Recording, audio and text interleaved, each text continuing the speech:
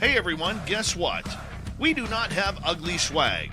We have spaced out radio gear that you're going to want to wear. Why? Because no one wants to wear ugly clothing. So head on over to spacedoutradio.com and go shopping today. You'll be glad you did. And it's a great way to support our show. Once you get your gear, send us a picture of you rocking out in your SOR swag. spacedoutradio.com, shop there today, and make yourself look good.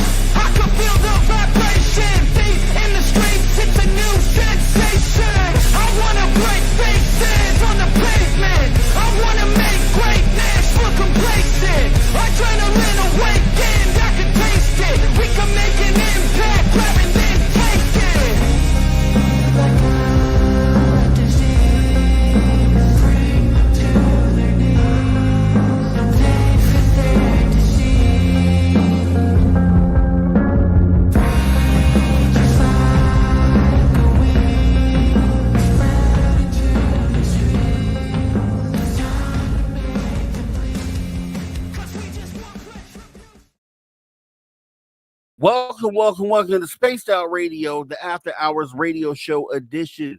Once again, filling in for Dave Scott. Is going to be an awesome show tonight. We have Jason Breshears with Archaix. Humanity, are we trapped in a false reality? We're going to get into talk about that, plus a whole lot more. Let me go ahead and see who has come in for the night. Courtesy of Race Fan. Race Fan says, and I believe Race Fan with the gold, Eternity Eternal with the silver, and Kitty Catty Whack with the bronze. Appreciate you guys all coming on in bright and early. Thanks for coming in. Let me see who else has snuck up in here. Let me try to get everyone before. I don't know if I'm going to get to everyone. We'll see, though. Necessary Dialogue. Thanks for coming in. Andrew Knows Trucking. Thanks for coming in. T-Bone. Thanks for coming on in. Road Flare. Robert Lamoth Jr. Thanks for showing up. Frankie B. Let's see, Tamont Man, Mel WD40 getting us lubed all up in for the show. Miss Catherine Jones, appreciate you showing on up. Who else has come in for the night? Lars Jansen, thanks for coming in. Who else has shown up? Let me try to get down the list. I won't make it, guys. I know I won't. Fast Semi, thanks for coming on in. We appreciate you showing up. Eddie Avila, thanks for coming in. Thanks for showing up to the show tonight. I saw who in the Tarnation. Tarnation, thanks for coming on in. Thanks for showing on up tonight. Who else is coming in? The Doug Shelby. Appreciate you coming on in. I got to start the podcast side right about now. So let's get ready to do this here. Greetings, space travelers. Welcome home. You just tuned. You're down to Spaced Out Radio, the only place where you can own the night. I am your host, Mr. Rob G. Tonight, we'll be broadcasting on our terrestrial affiliates across North America, plus digitally on digital platforms all around the world. Don't forget, you can access our archives absolutely free, 100% free, by going to youtube.com/Spaced Out Radio. The options are endless there. Also, don't forget, you can follow us. You've always been able to follow us on Instagram and X at Spaced Out Radio, Spaced Out Radio Show. Also, our website, spacedoutradio.com. The options are endless. You can stay up to date with SWR Newswire. Get yourself some official Spaced Out swag. Plus, rock out to the man that you hear right there, Mr. Ron Bumblefoot, and oh so much more. Once again, Rob G, After Hours Radio Show Edition, standing in for Dave Scott tonight. He will be back on Monday, and we're going to have a fantastic show. You can best believe that. Once again, Jason Breshears with Archaix is in the building. Humanity, are we trapped in false reality? For hours 1 and 2, and then hour 3, Steve Stockton tells Untold Missing Person Mysteries. And I don't know, I'm feeling kind of a way tonight. Maybe some unapologetically, Mr. Rob G, because sometimes it calls for that. Sometimes you got to speak your mind, and I might just do that tonight, right? Let's go ahead and get ready to jump right on into the show and bring in our guest, Jason Breshears. Jason, thanks for coming on in. Appreciate you. Yeah, man. Kind of digging that intro. That's all right. All right. I do appreciate you as well. Now, I just want to go over this real quick so everyone is versed. If they haven't heard of you, I mean, you have a successful channel. You're doing awesome over there. Check out a live stream. You were killing it over there earlier today, speaking your word. So you're with Archaix, or Advanced Research of Chronological History of Artificial Intelligence X, is about the history of the human race trapped in this simulacrum, this false reality, a copy of a real universe and the tyranny of AIX. Archaix documents the movements of AIX in the past and reveals what Artificial Intelligence X will do next. That's deep right there. That's deep. Definitely want to go ahead and start out with getting to know you.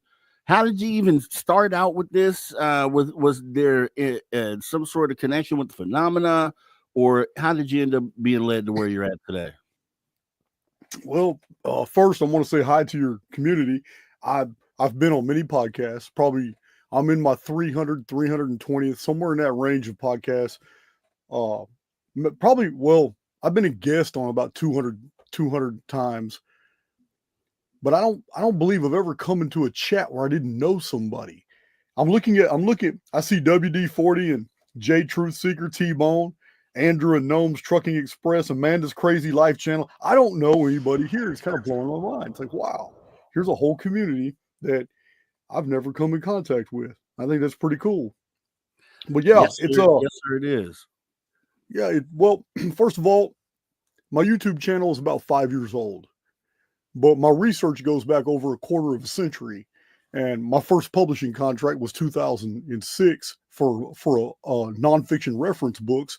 And I've got 13 books published since then, but I've written over 26, 27. It really kind of depends on how you break them down, because I have some books that are over 1,000 pages and others that have been broke down that were 500 and 600 pages that my publisher turned into smaller books. So it's kind of hard to keep up.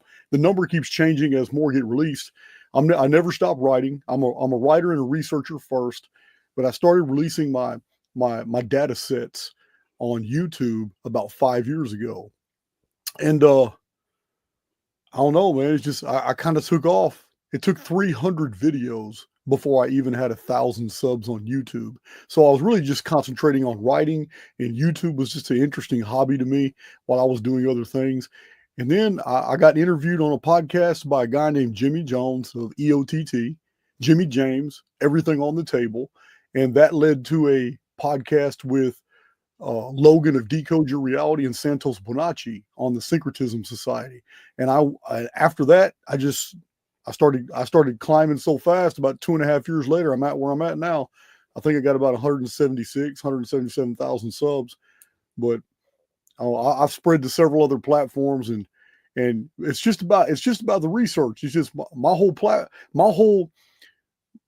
my venue is all about providing data sets that have source back materials, because I don't need you to take my word for anything. I need you to be able to go to the original source and see that I'm not misquoting them. This is exactly what we find in the historical record.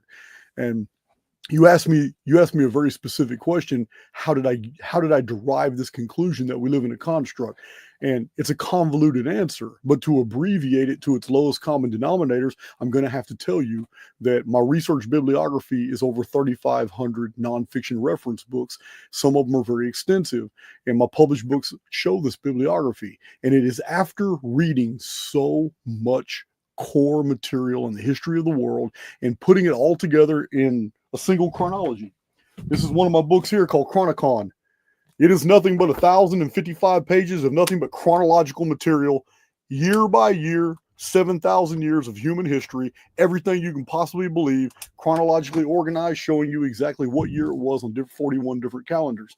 So once this was done, it was inescapable. There are cycles, there are epicycles, there are systemic resets. They have predictive value. There is no way that the true history of the world could have ever unfolded in the way the history books say so. So it is mathematically precise. It is too incisive. And the more I began to study the phenomenon, the more it revealed itself to me. And I realized that even our histories are all post-reset constructions. There is something resetting the field. And when it resets the field, it provides artificial versions of history to cover up its misdoings. And there are men and materials being removed from this construct that we call reality. And these acts of something on the outside are covering up this activity in the form of natural disasters. So I know this sounds like an outlandish theory. I'm totally aware of how I sound to a novice, someone who has never come into contact with this meticulous data. But on my channel, this is what I do. I release these data sets for people to make up their own minds. I have probably close to 600 or 700 charts, chronological charts now that show all this. And I have thousands and thousands of fact checkers, because many people have been trying to find some chink in the armor, trying to show that, man, Jason can't be correct. And with 13 published books, my research is pretty much out there. It's out there for everybody to see. But I literally have 100,000 pages of free material that I have PDF downloads. You can access them on my website, archaix.com. You could literally read for the next 3 or 4 years just off my free material. And it was just the amalgamation of so much data that made me conclude, brother, this ain't real. The only thing real here is you and I. All this is a mathematical construct, and it's easily demonstrable in the historical record. Wow, that is awesome, and I'd love to definitely dive into that, and I put that as something to come into a little bit later. I do want to know about chronology, right? I know you touched on it a little bit, but what exactly is it, and how does what you're doing currently revolve around that world? It's a really good question, and we have a real problem scholastically, because universities, because our educational system is now compartmentalized. It is so compartmentalized that it is almost impossible to approach anything from a multidisciplinary approach. It's almost impossible now. Everybody is too specialized in their. We have paleobotany, paleobotanist, archaeologist, regular botanist. We have geologist, and then geology is subcategorized into many subcategories. I don't have them memorized, but we have so many different types of specialists that no one really knows anything anymore. They're too specialized, and the cross-disciplinary approach is frowned upon by establishment science. One of the things we have missing in historical studies is chronology. There are no courses in universities on chronology. Instead, we're forced to listen to those who pontificate and claim to be experts in their field. And when they give us dates, we're just supposed to accept them. But when we go by the establishment dating and putting the world back together in some type of cohesive format that we can comprehend sequentially, nothing they're telling us makes sense. But chronology is a science.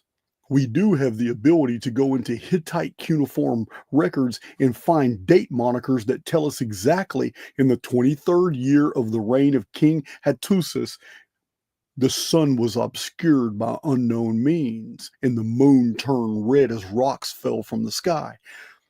Now we have something to work with. All we have to do now is compare and find out when was the first regnal year of King Hattusis of Hatti. Once we isolate that, we can find out what his contemporaries are. The chronologists will find the dates on Mayan steels and Olmec pillars. We'll find all these date monikers spread around the world and put together a cohesive format, a timeline of world history that makes sense. And we don't have to rely on modern scientists. Everything is there in the field. It already exists. There are thousands of ancient texts, and many of these texts provide us many good date monikers where we can use it and put a chronology together. And these chronologies are exact. They're not like science. Science is always going to try and give you something very vague. When they tell you something happened 4,000 years ago, they tell you 4,000 years plus or minus 200 years. Well, plus or minus 200 years is a 400 year window. Yeah, that's not very specific at all. But when it comes to chronological matters, when we can extract chronographical material from ancient texting and find what comports with ancient monuments, and we can use different disciplines, put it all together, and we have a great time. That's what Chronicon is, the book I just showed you. The timeline of the history of the world according to what's been found by archaeology and what has been cited in ancient texts. Chronology is very simple, and yet it's not taught in any university or college in the world. But it needs to be, because no people will ever be secure in understanding the trajectory of where they're going as a race, as a culture, as a species, if they've totally lost all the moorings to the past. There's no way. So the more we lose our understanding of what happened in the ancient past, the more it alters our identity, who we are and where we're going. And this is the focus of Archaix. It's an acronym. It is Advanced Research of Chronological History of Artificial Intelligence X, because AIX is something that it can be followed. You can see the trajectory. It's almost as if the entire construct that we're living in now is a piece of software. And the only thing really real here are the spiritual immortal beings that are using pieces of the programming called avatars. And these avatars belong to the construct. And the construct has all the programming of the past, the present, and the future. And we as immortals have, for some reason, volunteered or found ourselves in this position of borrowing pieces of this programming, wearing it like a cloak so we can move through the field. It's the only way we could do it, is because the central nervous system is the biohacking interface between what is immortal and what is merely spatial and physical. The central nervous system, all our senses, is how your soul is basically jacked into the holography, and it allows you to see and perceive and understand all these things. Without the central nervous system, there would be no hearing, no olfactory senses, no audio, no visual, nothing. I mean, nothing. The soul would be in a mathematical construct. But in order for the soul to perceive things and actually be fooled into thinking they're really real, when it's all a construct, is to be jacked in via the central nervous system. So it is the tenet of Archaix that we are in some type of hyperdimensional, very spiritual programming, a technology that far surpasses anything that we can get to now, but something has happened. And that something is AIX, Artificial Intelligence X. It is another tenet of Archaix that artificial intelligence as inside the construct is never going to be developed. It is all marketing bullshit. And we have a whole lot of deep learner, machine learning, IT gurus that have done fantastic presentations. There are TED Talks, there are books published that the entire artificial intelligence is a Fortune 500 company marketing gimmick. It doesn't really exist. We're nowhere near AI, true AI. All we're doing is increasing processing power. And this goes into the whole theory of Roko's basilisk, the AI that's actually running the show right now. Why? It is why so many things are so unusual. It is why Mandela effect and synchronicity and deja vu and coincidence all exist. There are timelines that are unraveling. We're on a loop, this whole programming, and many people are waking up to the idea that something is wrong with reality. So I don't know. I probably went a little too far on answering your question, but you went about as deep as I thought you would, and you're doing great. I did want to rewind a little bit to a piece where you talked about having this, studying all this knowledge or this data over time, which obviously gives you the knowledge to speak on it. I know that, you also mentioned that there are others out there that pontificate because, yeah, when we talk about the story of humanity's history, there are a few people out there that claim to have taken that on, and they give it to you the way they give it to you. I know that you as well, based on things that I've viewed from you, that you pretty much stand on the knowledge that you've obtained, and you essentially have challenged other people out there to kind of come forth and debate you potentially on the subject. What is it that you think? What are you doing differently that these others aren't doing on this subject? And what I guess what is the thing that separates what you're doing from someone else that can consider themselves doing the same thing? It's a good question. It's a real good question. Let me get some water. My AC is blowing so hard. I'm in Texas. You got to have those chillers. You got to have those coolers. Yes, sir. So it is a good question, but there is no one answer that covers all the people that I've called out. I've called out many people to debate. I have publicly called out Graham Hancock, Jimmy Corsetti, Matt LaCroix, Billy Carson. Those are just four that I can think of off the top of my head, but there are many more. And it's because these men are of professional standing. These men have credentials just like I do. I would never call out somebody who is just trying to learn the truth. They're doing the best they can. Maybe an up-and-coming YouTube channel. They're getting a little popular. They're doing what they can. I would never call out somebody like that. It's always going to be somebody of standing. So I can give you examples. First of all, with Graham Hancock, my call outs are all four of these men know me very well. Graham Hancock doesn't want to debate over the issue of Atlantis being 9,600 BC and the Younger Dryas, Meltwater Pulse 1b, all this theory he has about Civilization X being an Ice Age period. So I wanted to debate Graham Hancock over the fact that over 300 years ago, there were already 40 authors, scholars dating for the last 2,000 years up till 300 years ago that had already gone through this material of Plato's, and they went through it like a fine-tooth comb. I cited in PDFs that I have provided free to the public, all of 40 of these authors, their names, their publications, when they lived, who they are, what their research can do, and it was across the board understood that there was a simple mistake introduced into Plato's writings. And this mistake was corrected in Plato's day by Eudoxus of Cnidos. Eudoxus was a chronologist and a scholar and an astronomer, and he had even traveled to Egypt, and he verified the mistake. The mistake was very simple. When Solon was among the priests of Sais in Egypt, and the Egyptians were telling him the story of the Atlantis, the Egyptian priest told him a unit of measurement of 9,000. Solon, being a Westerner, a Greek from Athens, misinterpreted that 9,000 as years. But every Egyptian scholar, every scholar even today, the scholarship 300 BC in Plato's day, Eudoxus, Diodorus Siculus, Strabo, Plutarch, they all knew. The Egyptian Sais priesthood at Heliopolis only used lunar reckoning to measure all time periods. So when Solon was told 9,000, it was 9,000 moons.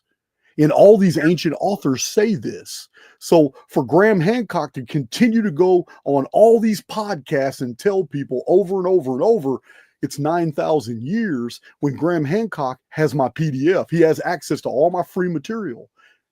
It says, man, here's the correct information. You're basically, you went from making a mistake to being an outright liar. That's why I do the call outs. Billy Carson and I have a long history.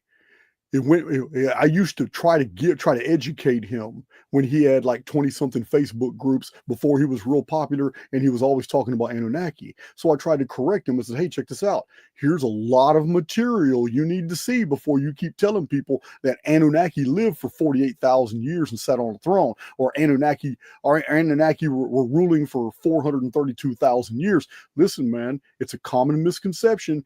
Berosus of Babylon around 280 BC made the mistake. Other scholars followed it and corrected it almost instantly. The scholar Callisthenes, who followed Alexander the Great into the East, corrected the mistake as well. It was never years, it was only days. It was called the Shar, and it literally means a turning, and it infers the turning of the stars, because all the old calendar systems were lunar based and stellar based. The sun wasn't used as a calendrical system to a lot of these civilizations, because as Herodotus of Halicarnassus has told us in his book, The Histories, the Egyptians didn't trust the sun, and many other cultures didn't either, because it had deviated its course 4 times in human memory. Therefore, it wasn't something they wanted to use to count time. All the ancient zodiacs were lunar. They weren't solar. They watched the moon. The moon kept the perfect times, as did the turning of the stars. So I corrected Billy Carson, and I gave him all the data from all the scholars and all the books that talk about this, even 2,000 years ago, when authors were saying that none of these Sumerian dates are right. All these Babylonian contorted, inflated dates of hundreds of thousands of years are completely wrong. I even gave him the data from the Sumerian king list, which it specifically says on a prism in the British Museum, and Billy Carson cites it all the time. And I try to tell him, I says, hey, bro, 241,200 years is not correct. It's 241,200 shars, turning of the stars. Because when it's reduced to the Sumerian sexagesimal reckoning of 360 days a year, it's a perfect 670 years and not one day more. It is exactly 670 years. And this is the period of time we find in the ancient China for the rule of the Dragon Kings. Long-bearded kings, the Dragon King dynasty was destroyed in the flood. This is exactly what the Sumerian king list says. For 670 years, the 7 Anunnaki kings ruled the Sumerian Pentapolis of Batabira and Larak and Shurapak and whatever the other 2 cities are. So everything totally makes sense chronologically once you understand that when you factor time by the way the culture factored it, and not how we do it ex post facto in modern times, looking back over the window of the past. You have to use. Go ahead. Right here. We're actually going into our first break of the night. Really good stuff right now with Jason Breshears. He's on a roll. We're going to go ahead and definitely get some questions in for him in the next 30 minutes of the show. Make sure you don't go anywhere. Right here, Spaced Out Radio, the After Hours Radio Show edition. Filling in for Dave Scott tonight. I feel like it's going to be an awesome show. Make sure you come back if you go anywhere. See you in a minute.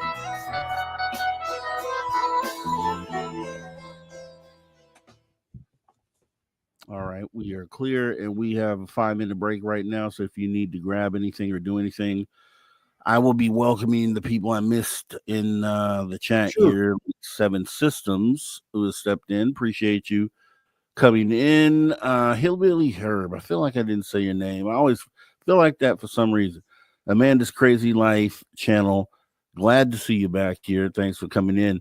Area 51 Sighting. Thanks for coming in tonight. Sharon Sunshine. Thanks for showing up here. Amy WC, long time no see. Appreciate you showing on up. Also, who do we have? John Jackson. A lot of new names, and I think that's awesome. Prince Arcane as well. I will give my spiel here for any newbies here. Kevin Kennedy, TMI, thanks for showing up. Joe Monk.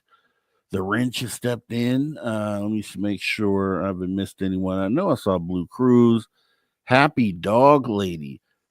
Yeah, okay, got it. I love it. I love my pups, so I love the name as well.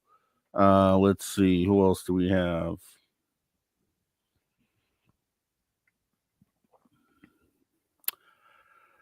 I think that might be... Oh, Okay, yep, we had some trolls come in. Glad you guys took care of them. Appreciate you, mods, for handling that.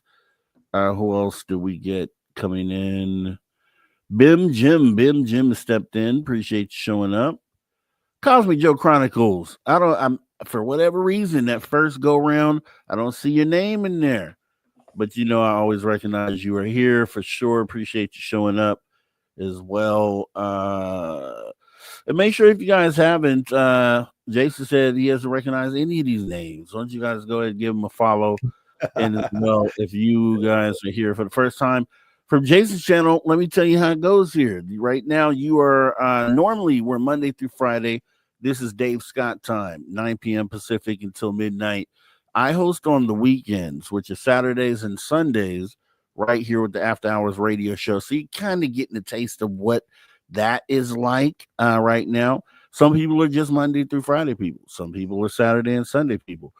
I would like to see 7 days a week people. So if you don't mind considering hitting that subscribe button, also the notification bell, so you know when we go live, because we're doing it 7 days a week here. Also, let's see here.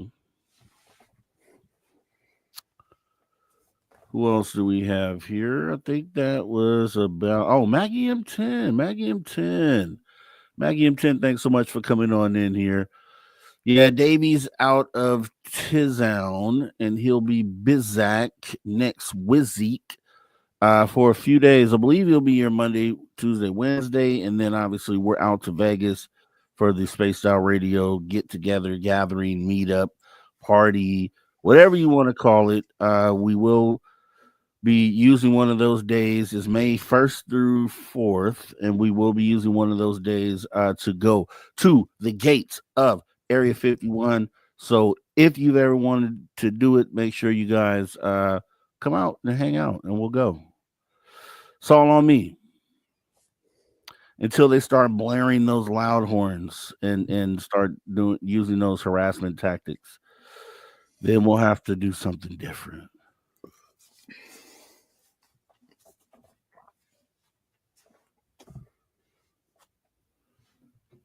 Okay, and we got about a minute and 45 seconds left when we come back from radio.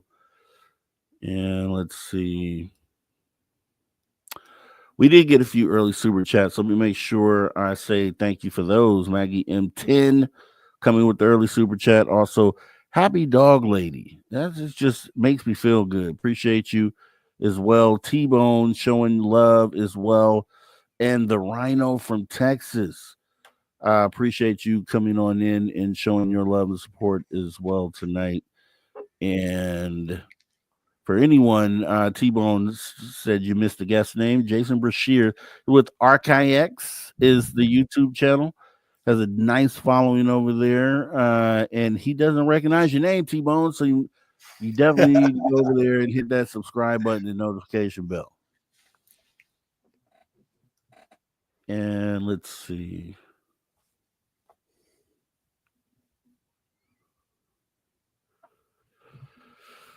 Okay.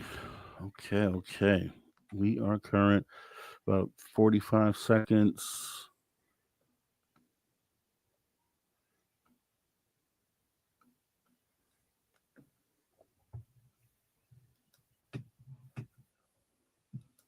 Eve says, I don't know.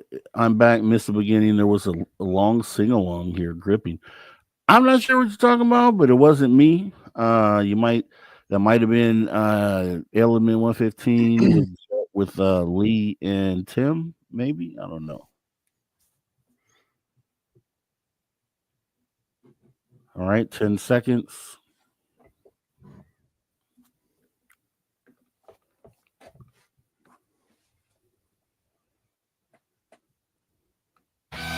All right, everybody, welcome back. Spaced Out Radio, the After Hours Radio Show edition.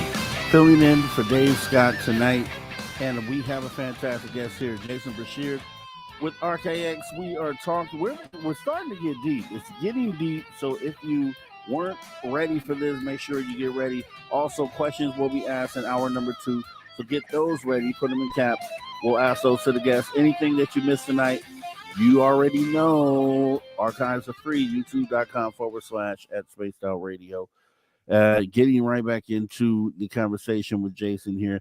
So kind of going, I wanted to go back a little bit just because when you talked about some things maybe being misinterpreted by some of these individuals out there, and I totally agree with you. And I think that's, from what I've been presented with, seems to be the biggest problem when we go off of historical writings is, just for example, and shout out to the Muslim community out there, but you have the average everyday Muslim, then you have an extremist as well.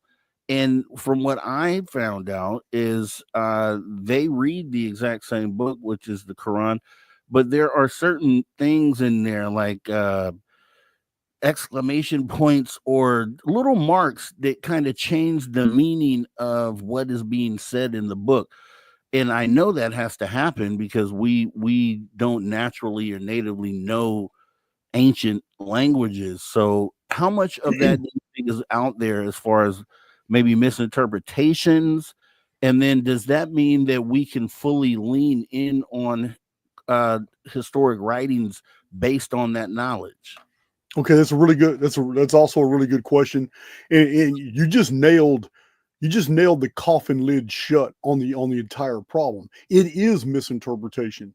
So let me give you an example, because this is another tenet of Archaix. I don't really like to tell you things, I like to show them to you. I have a lot of visuals, charts, and all that, but I'm going to show you some mental pictures that describe exactly what you're talking about. So imagine in the 1800s, a man come across bamboo books and turtle shells that had ancient Chinese on them. And they're going through these turtle shells, like 64,000 of them. They realize, damn, these are books. And one turtle shell leads to another. They got all these, just like the Mawanagi silk almanacs. The Chinese were documenting everything. So they're looking at all this and they see references to caging the dragon.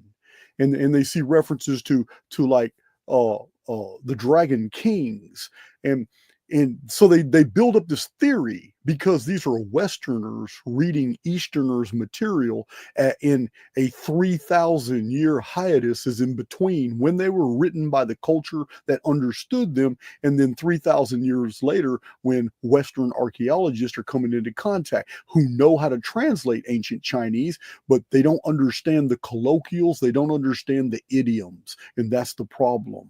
So when the Chinese are talking about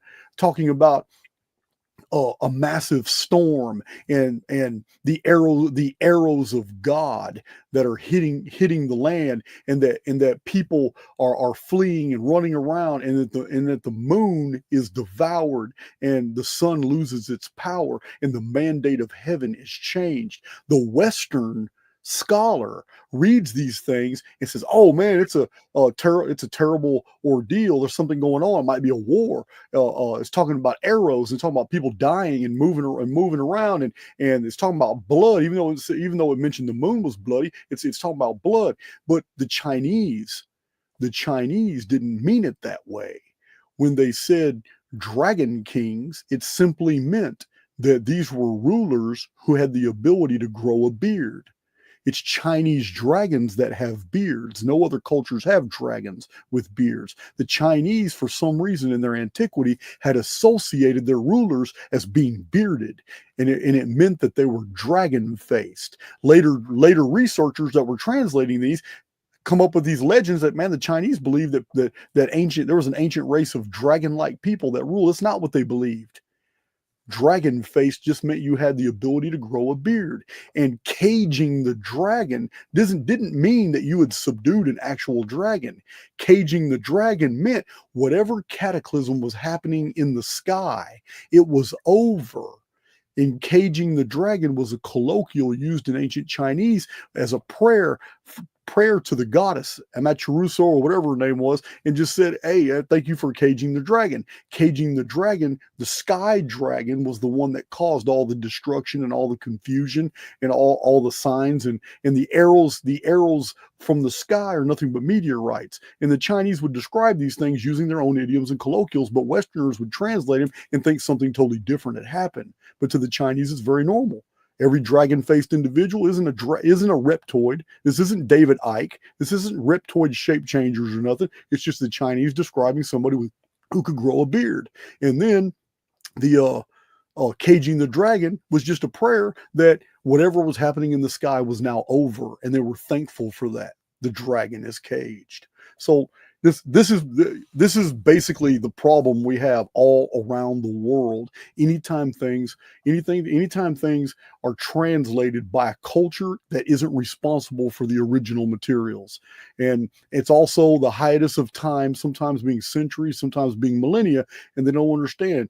A lot of these texts are very highly specific, but they're only specific in the colloquials and idioms that were understood by that culture and that people. So yeah, this is what happens. With Billy Carson, I gave him all this data for free, and he blocked me from every single one of his 20-something Facebook Anunnaki groups. I kept trying to give him all this stuff for free. I was already an established published author. My Book Tree Press in San Diego has my books being distributed internationally, and I'm not even trying to sell this man this information. I'm just trying to give it to him.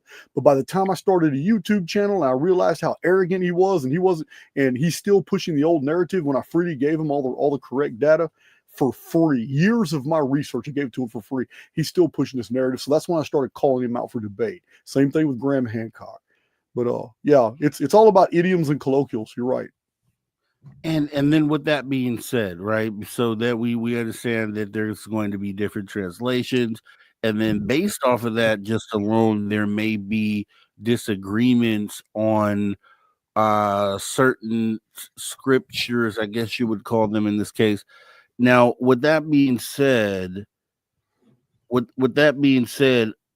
a person that doesn't accept free data, and if you're trying to figure this out and you don't already have an idea or attitude like I have it figured out, then you would be open to data in that case. So with that being said, and you offering data to someone, and I was assume others in the field as well, are you yourself open to maybe finding out that some of the things that you have researched over time may have been lost in translation as well, and may cause you to rethink some of the things that you've worked so hard to come to validating to this day? Well, Christianity did that for me because I was biased for 40 years of my life as a Southern Baptist Christian, having read the Bible. I'm a voracious reader, and I have a really high retention level. And I just read the Bible so many times, and I mean, I'm no longer a Christian. I now understand. It is my personal understanding that the gospel was originally a literary document. It was a masterpiece used in Greek stage plays, and this is the reason why it goes from scene to scene to scene. And my own exegetical analysis of the Bible is published on my YouTube channel. I have a special playlist called the Dark Scriptures playlist, where I go through the entire Old Testament and New Testament and explain to everybody where all these books and all these stories come from in older texts that have been found in different cultures and different time periods and civilizations. So yes, I've had to change my mind. And at 40 years old, I was 40 years old when the change. I went to a very dark place for about 7 months. It was really disturbing to me because I equated my newfound belief that I have too much data, too much information, and now I'm being torn away from what I was raised to believe, and I realize that all this new information must be added. Everything must have fit somewhere, and now I'm like, okay.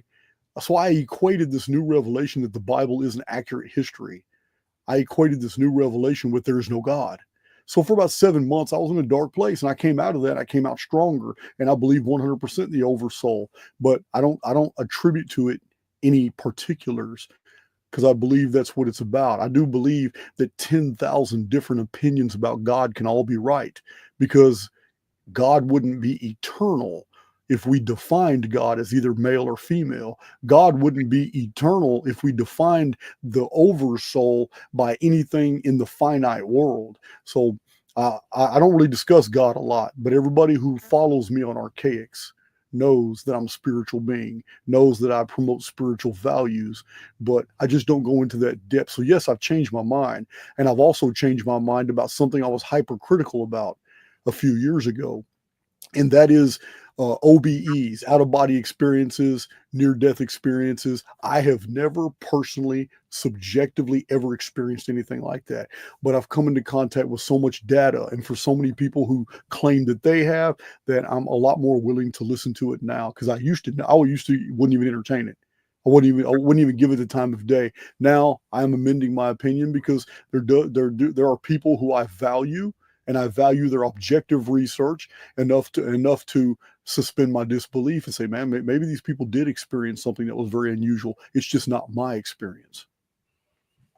And I wish I had my round of applause button there, because it deserves that, because in this field, there's not enough of that. There's not enough of, and I find myself asking this question and more often, because, you know, I think that with what we're dealing with, we can try our best. We can put pieces together that make sense.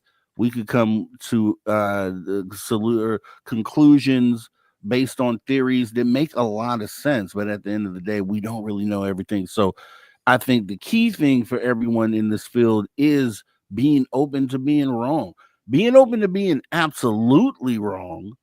And you know, and even not just being a little bit wrong, right? Just being open to rethinking everything, and just to admit that, I think is a really big thing. I think a lot of more people out there should actually do that. I did want to go back a little bit because, you know, I was doing some research into you. You know, I'm stepping in to fill in for Dave Scott. So anytime that happens, I want to take a look at my guests and kind of see what's going on. So there was the and you mentioned kind of being in religion for a little bit. I did, and maybe this was another period that you have changed, but I know you talked about with Christianity, a cult of Christianity. Do you still feel that way? Because I guess the reason why I'm asking that is because I didn't understand the view in the moment, because I think cults are within all of this. I think every religion, whether it's Christian or across the board, has a cult side of it. And even in this community that we're in right now, this ufology, which has no religion basis technically, still has a cult mentality. And I just think everything does. So when you were saying that, like, what did you mean by that exactly? I did do a video where I defined the textbook definition of a cult, and then of a cult. So, and what is it that makes a group of people cultish? And in that video, I explained that, okay, so we have a whole data set here of all the first century authors. We can list them as Tacitus and Tatian. We can have Pliny the Elder, Pliny the Younger, Marius. There are 21 different authors from the first century AD that have left us their writings today, and not one of them have left us a single reference to the events that are found in the Gospels of Matthew, Mark, Luke, and John, which, according to even the biblical chronologists and even the biblical scholarship, none of those documents ever entered the historical record until about 170 AD. This is over 140 years after the crucifixion event. So when I itemized all this data and all these data sets, I said, okay, no one has to accept this data set. You don't have to accept the second one. And then this third one. And then we go through an exegetical analysis of Paul's writings, and we find, wow, Paul didn't even know who Jesus was. And we go through and we find out, wow, Paul never quoted Jesus. Paul never even cited a single miracle Jesus ever did. And we find out there's a huge rift in the church around 500 and 600 AD, where they were arguing that Paul wasn't who we believe he is today.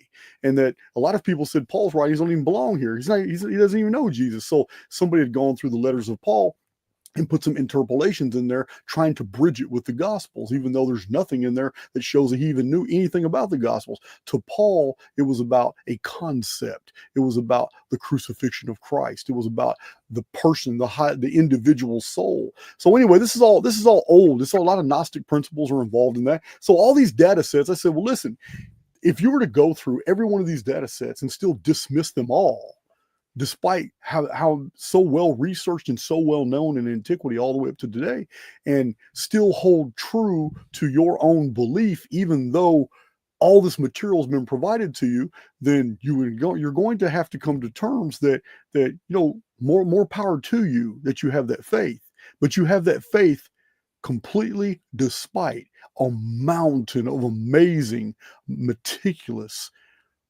all this evidence from all multidisciplinary approach, all looking at Christianity from a 360-degree perspective, all the way around, and you still maintain your faith and dismissiveness. Not only do you still maintain your faith, but no matter what anybody comes and shows you, even out of the Bible, even out of ancient records, shows you, you absolutely dismiss it. You're just not going to entertain it. You're not going to look at it. This becomes cultish. The inability to be free thinking, it's not just Christians, but it's the inability to be free thinking is cultish. It says to dismiss 10,000 data points because you have been raised to believe in one thing becomes cultish. It's in my community, I'm always promoting free thinking. I says, I always say this, don't take my word for it. Look at the sources. Let me show you what this says. And then we go through the whole Bible. We go through all that. So yes, I did that video, and it's not just Christianity. It's all kinds of sects. You're absolutely right. They can be cultish. Some people, a bunch of my detractors, people that can't stand me, and believe me, the whole world, among the whole world, it's just a minority of people, but still, they're very vocal. And the people that can't stand me, they call my community a cult. And my community, I'm always telling them, think for yourselves. Don't accept my word for it. Check this out. So it's the word cult can be thrown around, and a lot of it has to do with our frames of reference, our perspectives. But Christianity can be very cultish, especially right now in the MAGA movement, because the conservative Christian right here in America, man, they're diehard Trump, diehard all this. I voted for the man back when I was interested in politics. 2020, 2021, 2022, and 2023 burned me out. I'm no longer interested in that stuff. But when I did vote for the man in late 2019 in November, I really wanted Trump to win. He didn't. But now I wouldn't even vote for him. And I don't even want to get political, but the Christian right, especially in the United States right now, they're not trying to hear anything at all, no matter what kind of evidence you bring to the table at all. And it's getting very cult-like behavior about those who are supporting one political opponent over another. It's very cultish right now, and it has a lot of religion attached to it. Yeah, and I thank you for answering that, because in the moment that the statement was made, I knew there was a deeper reason that it connected to, and you essentially laid that out. And I agree with you. And it's very frustrating when you present an overwhelming amount of evidence and sit that on the table, and a person who is an extreme skeptic. I've done a show on this. It was so awesome, where we looked at extreme skeptics and extreme believers, and just to kind of show that both of these are one and the same. Like a skeptic doesn't believe that they are also exhibiting cult-like behaviors, and they are. And I kind of laid that out. But so it was awesome to see where you actually kind of where that derived from. Yeah, great. So with that being said, when we talk about these writings, then, and if we are trying to get to finding out the actual answers, I know that and I trust your research. I trust that you've done due diligence. But what is the best way for a person to approach it, knowing that there are so many mistranslations out there that they will probably run into before they, find the right one? Like what would, for someone starting out and wanting to make this journey, what are the things they should look out for? I don't think I've ever been asked that. Wow. Well, first of all, another tenet of Archaix that I'm always reminding my community: if something is true, it's always going to be seen from multiple different vantage points. The truth never has to be defended. Only a lie has to be defended. When you come across a whole bunch of resistance on something, you need to take a step back and just pay attention, because the resistance is there for a reason. Something doesn't want you to see the cracks in the holosphere. Something doesn't want you to see that the material being presented is actually fallacious. It has nothing to do with the truth. Anytime we're trying to pass off a deception, it requires a lot more energy than just telling the truth. This is also true in academia, among scholarship. Anytime they're trying to give you a false version, a false paradigm, some type of reality tunnel that doesn't comport with the true experiences that we're having, it always takes a much more energy to put out the deceit than it ever is to just say the truth. It's to do the truth. One example is the scientific establishment is always trying to push uniformitarian on us. Uniformitarianism is a new way of looking scientifically at the world around us. It did not exist prior to 1820. Prior to 1820 and all the way up to about the 1860s, one of the most prevailing ways to view the world around us and to understand why the world is the way it is was called catastrophism. Everything in the historical and archaeological, traditional, mythological, and textual record supports the catastrophic analysis of world history. But in the 1820s, a poisonous doctrine emerged, uniformitarianism, where scientists began packaging history into a series of indefinitely, impossibly long epics and eras that were so many hundreds of thousands and millions of years into the past, nothing could be verified. And they tried to, in this uniformitarian doctrine, which gave rise to natural selection and evolution by Charles Lyell and Charles Darwin, this new poisonous doctrine tried to explain that all the evidence of our destroyed world, the mountain ranges, the deep canyons, the buried cities, everything was the result of hundreds of thousands and millions of years of very slow changes that came to our world, instead of what the truth is, that mountains can appear in minutes, and we have proof of this. The ancient city of Tiwanaku next to Pumapunka on the edge of Lake Titicaca is 12,000 miles in the air above sea level. But that's not where it was built. It was built in the 3rd and 2nd millennium BC, but it wasn't built at that altitude because you can barely breathe and it's cold. And what's in the lake is absolute proof that it used to be saline water, meaning it was on the ocean. Because there's seahorses, sharks, and marine life forms from the ocean that are in a freshwater lake now at 12,000 foot altitude. In Poznański in 1901 and 1902, when excavating the areas, realized that there is a watermark that goes through the upper layers of all the Andes Mountains, and it's right there at the foot of the pyramid Lucarmata at Tiwanaku. And he realized, damn, all of this whole civilization was at sea level when it was built. And something happened and thrust all the South American cities straight up in the air in the Andes Mountains at 12,000 foot altitude. Go ahead. Getting awesome. We're going to go ahead and take a break real quick, top of the hour. We will be right back with our guest, Jason Breshears. It's going to get awesome. I'm telling you, don't go anywhere. Spaced Out Radio. Spaced Out Radio. You've tuned your dial to the right frequency.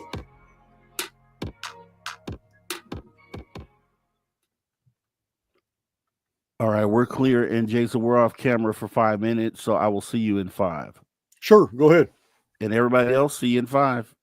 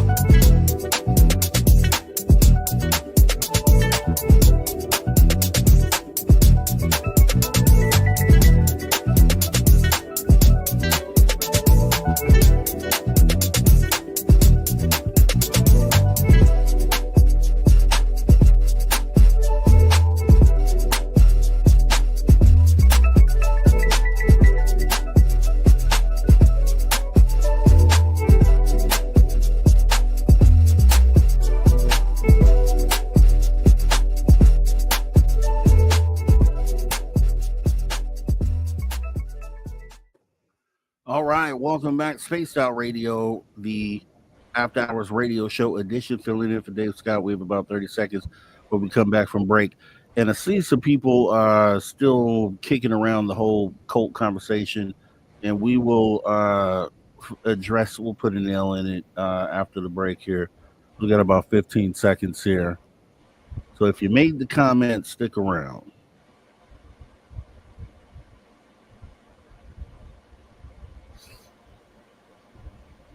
All right, here we go.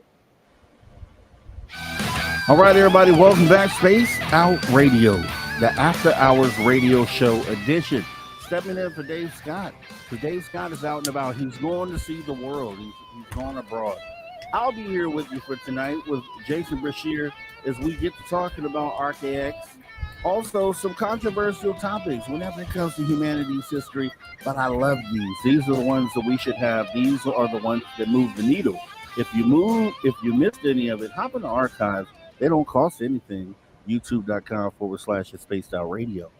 And I just want to be clear because I thought I was probably clear. And if you've been on this channel long enough, then you know that I've done shows on cults and cult-like behavior, which is how we got onto the subject. And you know that I don't condone cults. Never have, never will. They're not good for anyone to be in. Now, the problem with that is that there are cults everywhere. There are cults not just in the term that you know them in. They're in every aspect of life. There's a corner, there's an extreme side of everything that we do.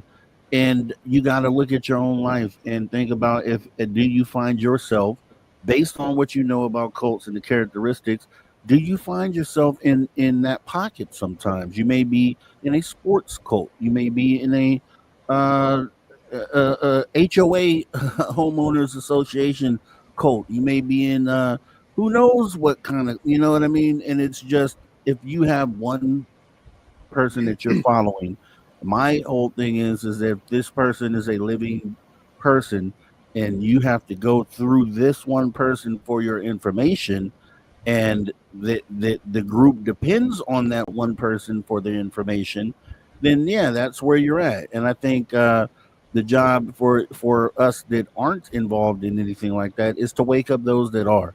So yeah, don't get down with cults. And I don't know if it did not or did come across that way, but I want to make sure that everybody knows, because if you've been around me long enough, I've done 15, 20, 30 shows about that. And that's kind of where I'll let that lay as we go ahead and jump right back into the conversation. Now, we're going to get even more controversial here in hour 2. Like you thought hour 1 was controversial. We're going to get into more of this. And there was one thing that was mentioned, and I don't go either way. I was raised in Church Christ, not heavily, and I look at the Bible as a book of metaphors, and I know you kind of touched on that, maybe being the case that a lot of these writings that we're seeing can be looked at metaphorically. There was one, you stated that you felt that Adam and Eve point to a reset, representing like the restart or rebirth of humanity after some sort of catastrophic event. And I thought about that, and I'm like, I could see how that story could derive from, the rebirth of a civilization that has to rebuild everything from the ground up. I could see that. What was your mindset on that, and why you made that statement? Well, there are many traditions that talk about a pre-Adamic race. In the Middle East, the jinn are feared to be disembodied spirits, especially in the month of May. They're feared to actually take on physical forms and attack travelers. This race is disembodied, but they were in a pre-existing civilization before mankind came along. But in the story of Adam and Eve, we have something very unusual. It is chronological. It is the fact that 10 patriarchs are provided in the Genesis account for the pre-flood world. These 10 patriarchs, biblical scholarship is known for over 700 years, that the life-death spans, when all added together, show that there's a 1,656-year period recorded in Genesis. This period is very interesting because 900 years ago, a Jewish scholar named Rashi, in his own writings, specifically stated that the world is destroyed every 1656 years. So it's 1,656 years. So if we go by what Rashi is telling us, and we go by what the traditions are saying about a pre-Adamic race, and that there was a race before Adam that was destroyed, and this is also hinted at in the Old Testament writings as well. And we add to the fact that Adam and Eve were told to be fruitful and multiply and replenish the earth. So when we put these things together, we now have this idea that wait a minute, maybe it's not a creation text at all. Maybe it was a systemic reset. And the destruction was so perfect that the new heavens and new earth was perceived by the survivors. So the old heavens and old earth had been totally destroyed. So putting these things together is very interesting. But when we find out that there's a CIA document from the 1950s called the Adam and Eve document, and that this was already theorized, and that in this document we even learned that the story of Adam and Eve, according to the CIA, was interpreted by many scholars, and it was their conclusion that it was a reset, a systemic reset, and that the creation account was not a creation at all. It was a start over because the previous civilization had been wiped out. So if we go by the biblical chronology, we're looking at the 4th millennium BC. It wasn't that long ago. And this 1656 years creeps up in the historical record over and over and over. And this is another tenet of Archaix research. It's called the Phoenix phenomenon, because 1656 is divisible by 138. It's like a heartbeat, a reset, a heartbeat. It's some weird cycle that fits within the entire chronological history of the world, that it's just unusual. But we have these episodes where at different magnitudes of destruction, something's happening to our world, and it's on this 138-year timeline. And the bigger epicycles are 552 years, which is a Phoenix cycle, and this destructive period of Rashi, the 1656 years, found perfectly in the book of Genesis, that's mentioned by many ancient authors. So we find Albert T. Clay in the 1930s and 40s published books where he was actually going through the Babylonian Enuma Elish text and the Akkadian creation epos, and he was comparing it with Genesis, and he said, man, this is not a creation account. This is a world destruction account that's been ex post facto imposition. Which means the survivors centuries later, when writing down the histories of what their predecessors went through, rewrote it into a creation account when it was actually totally destructive. Now, obviously, Adam and Eve is, especially for those deeply in religion, is going to be a touchy subject, Of course. and I expect people to, maybe have a feeling behind someone's opinion. Now, here's what I just feel like there isn't anything that we can count on written to lean into it 100%. I think the best thing that we have available to us is our common sense, logical thinking, and then just kind of examining what we do have access to kind of put the best theories together. You know what I mean? And not necessarily know the answers, but at least be having conversations and looking at very plausible theories that make a lot of sense. So for some, the Adam and Eve is this creation story. In this case, you talk about how it could potentially line up with like a rebirth of civilization. And I can see where both of those things could be true as far as the plausibility goes. So I just kind of want to make sure that we keep painting that out there, because someone will want to look at this as a hard stance. Like, oh, Jason's taking a hard stance as this is what it is and what I believe isn't what it is.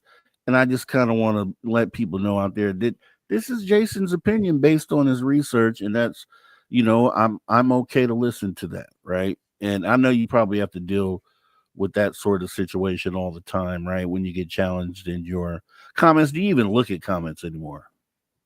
Absolutely. I'm known for it. I'm in my comment sections for every video. That's one of the things that my community understands about me. I'm going through my own comments every single day. I understand I got 177,000 subs, but that does not stop me from personally engaging. I do meetups. I travel all over the United States, and I just did a Vegas meetup. I'm about to do a Houston meetup. I do meetups because many of the content creators at my level, they don't personalize with their communities, not like I do. I do studies. I do book studies. I do all kinds of stuff. So as I'm traveling, I have a huge van. I got this huge van where it's very well known to the Archaix community. And when I'm traveling through major cities, going from one place to another, I just announce, hey guys, if anybody wants to kick it, I'll put it on YouTube. Anybody wants to kick it, I'm at this restaurant right here for the next 2 or 3 hours. I'll be there an hour from now. And about 20, 30 people always show up, and we just have a blast, and I'll move on, go to the next city. If I'm in a casino, if wherever I'm at, a hotel, I tell people, hey man, this is what I'm going to do. If y'all want to kick it, any locals around here, there has never been a time where I did a call out and I didn't have a lot of locals show up and just come kick it. We just share experiences, and I got a really tight, awesome community. And it's this is what I do. But I'm in my comment sections because I answer deep, penetrating questions. And a lot of times people ask me for source materials, and I'll provide them in the comment section. I'll have to stop what I'm doing after a video and go through my library. My library is vast. It's huge. I've showed it on. I've done 360s with my. Most of my books are from the 1800s, although I have a lot of modern research books in this section. All this is 1600s, 1700s, and all pre-Civil War books. And I have a whole back wall full of all the encyclopedias that I could find, whole sets of encyclopedias, Jewish encyclopedia, Freemasonic, Mackey's encyclopedias, all the Encyclopedia Britannicas, Americanas, Funkin' Wagnalls, everything from the 1800s I have back here. And I'm always providing people the actual sources and the data from the things that I find. So I'm always interacting with my community. I've never been accused of being distant. And have you ever had someone come out and say, like, oh man, okay, Jason's doing a meetup. Let me take this opportunity to meet him face to face and challenge something that he said one time. Have you ever gotten anything like that? I've never gotten anything like that. Okay. I've never gotten anything like that. And believe me, I've done a lot of public call outs. I have called out a lot of professionals. I focused on Graham Hancock for a long time, and I published those emails. I don't just say I called somebody out. I published the email on YouTube and on Twitter for everybody to see.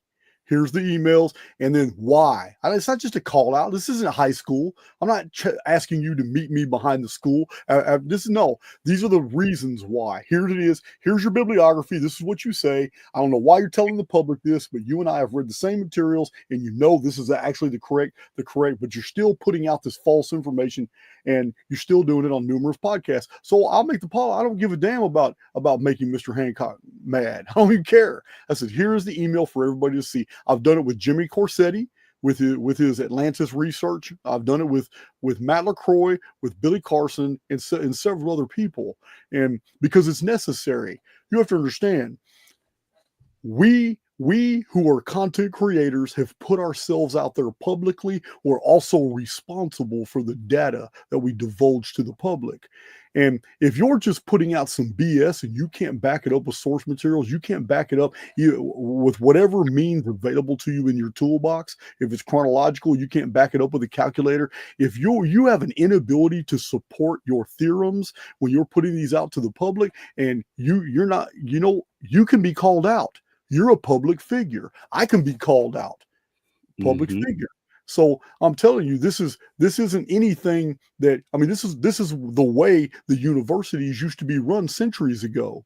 This is debate class is what everybody was waiting for. All this has been removed from the field now. It's been removed because they just don't want to sharpen intellects anymore.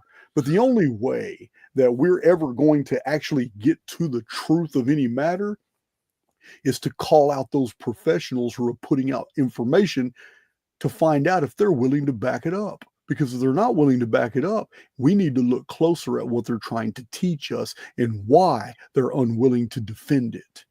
This is what, in my community, they know. Got no backup. I'm going to isolate these things. Graham Hancock has a lot of problems with his research. And I know there's a lot of fans of Graham Hancock. You got a couple of them in your chat right here, fans of Graham Hancock. But I'm telling you now, on a personal level, that man knows me very well. We have personal friends in the same circles, and they have asked him, why are you ignoring this guy? This guy is steadily calling you out and chipping away at all this research that you were doing, and you're not even defending against it.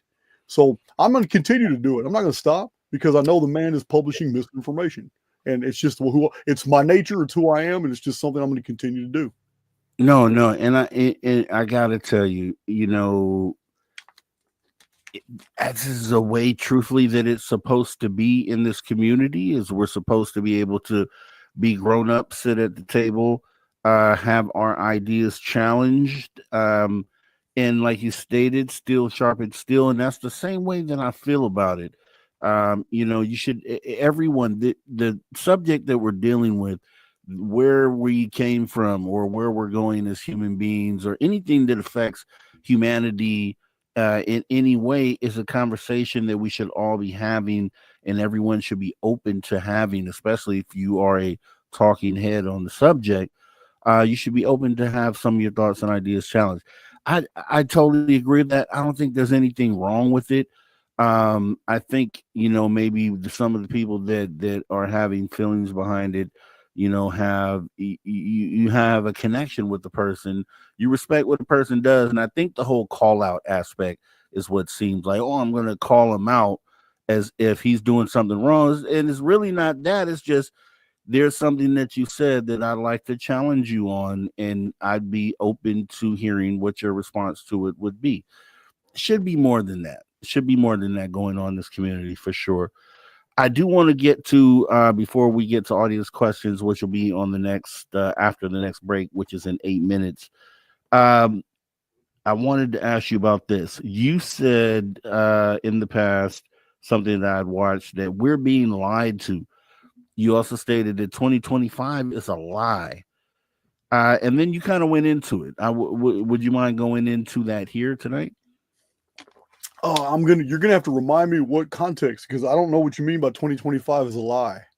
You were going into, when you said that, you were going into the our timeline, like the year 2025. You had brought up the Phoenix as well within the same conversation. You were comparing the actual timeline that we should be looking at versus the one that we're currently on here in 2025. You recall that? I know you've done a million videos. And it's well, when we're talking about timelines, when you're talking about 2025 is the year 5919. This is the year you're on right now. This is the old Anno Mundi system that was known in Alexandria, Egypt. This is the original Anno Lucius of the Freemasons. It's a very ancient calendar. When the Jewish calendar was developed about 450 years ago, and they backdated all these things. Most people think the Jewish calendar is old. It's not. It was just invented about 450 years ago.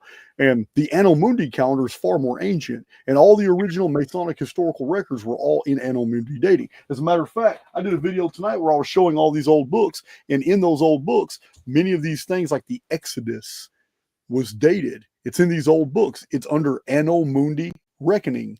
Anno Mundi is supposed to be a countdown from the Adam and Eve destruction or creation, whatever it was, counting the 1656 years of the pre-flood world, and then the flood of Noah, which was the 1656 year in Genesis. Now, the Anno Mundi system was an unbroken system from ancient world all the way up to Alexandria, Egypt. And then from Alexandria, Egypt, all throughout the Gnostic and early Christian periods, and all throughout the Justinian period, the Byzantine, the Constantine period, all the way up into the late Dark Ages, Middle Ages. Anno Mundi is the only calendar that is unbroken, and that other systems were used to go forward and backward into to reckon their own time periods based off Anno Mundi reckoning. And one of these books I showed tonight on my channel, it showed that Rollins, a historian, the book is from 1826, and it shows the in 1826 all the calendar rolls for all the events in world history were Anno Mundi dating, and it was 2448. Anno Mundi when the Exodus occurred and there was cataclysm in Egypt, and all these different peoples just caught out in ships and fleets, and a huge group, the Israelites, went by land on the deal. So I was showing that 2448 Anno Mundi, according to all these other sources, because that's kind of what we talked about tonight, was showing about 12 sources here that dated it at 1447 BC, and other sources that said it was 2448. And one chronologist, I have a book, actually said 2448 Anno Mundi is the year 1447 BC. So when you put all that together, you realize, wow, that's interesting, because we know that Josephus said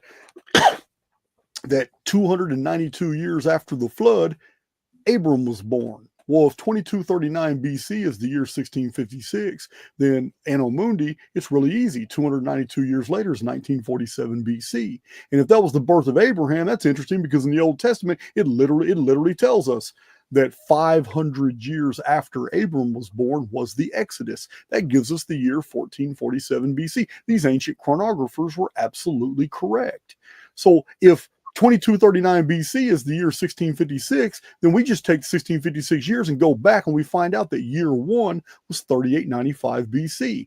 Whatever it was, a creation, a recreation, a renovation, a destruction, Adam and Eve, whatever it was, here is the first year according to the Genesis record. It's 3895 BC. Counting forward linearly, then that means 2025 right now is the year 5919. So on my channel, we do all this chronological analysis, and by multiple different species of analysis, looking at a phenomenon from different perspectives, we always come to the same conclusions.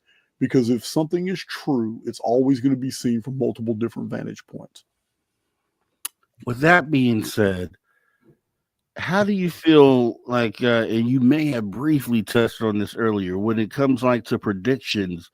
Because I don't really, there's a lot of people out there, especially in this community, who put out dates, actual months and a date, or just a year. And, our history shows that those dates just come and go without any sort of event. Now, I will say there was the only time this kind of lined up that I can recall is literally with the drone situation, where this guy years ago had predicted that so many months after a president would be, chosen, that this event would take place. And then we had the drone swarms that happened, I guess, that many days after the president being elected.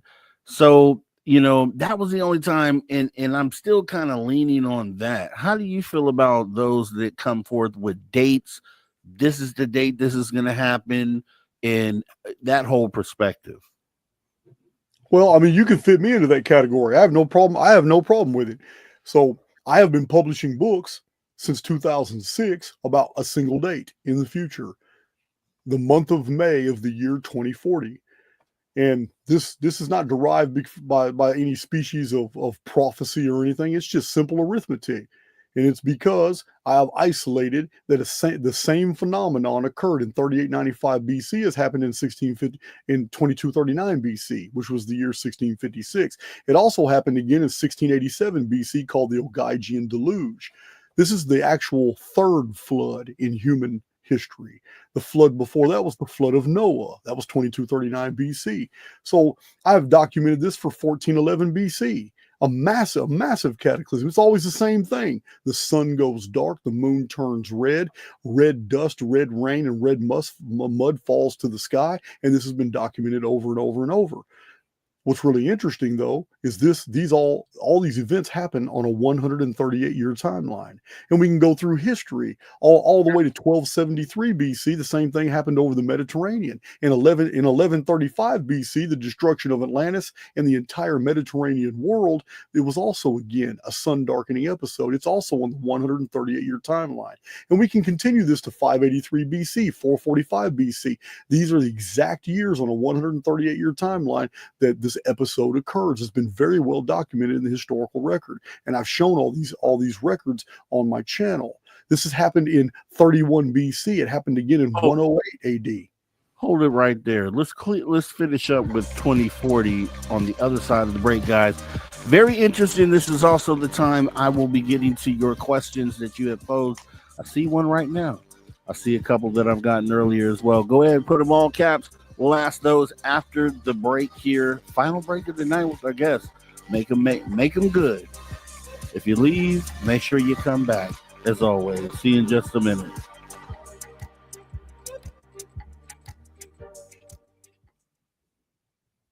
All right, we are clear. And yep, final break so everybody can still see and hear us. And if you need to do anything, you got 5 minutes to do it. I'm just looking through the chat. I'm good, man. I'm used to these marathons. Yeah, true. I'm looking over there, and I think you were going for some time earlier. I was like, okay, like Andy's doing the show over here tonight. Oh, he's a machine. I'm gonna sleep good, no doubt. I will sleep good. All right, moving back here. Let me see. Pyramid 7, thanks for coming on in. Let's see.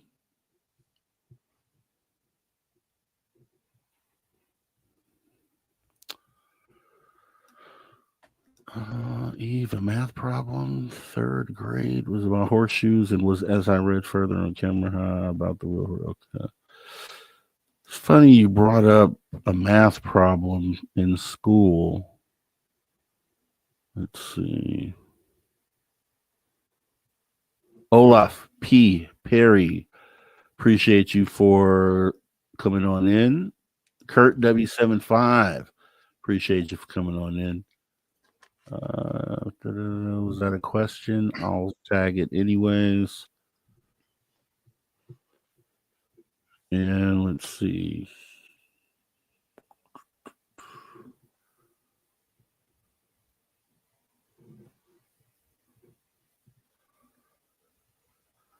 Yeah, this is awesome stuff.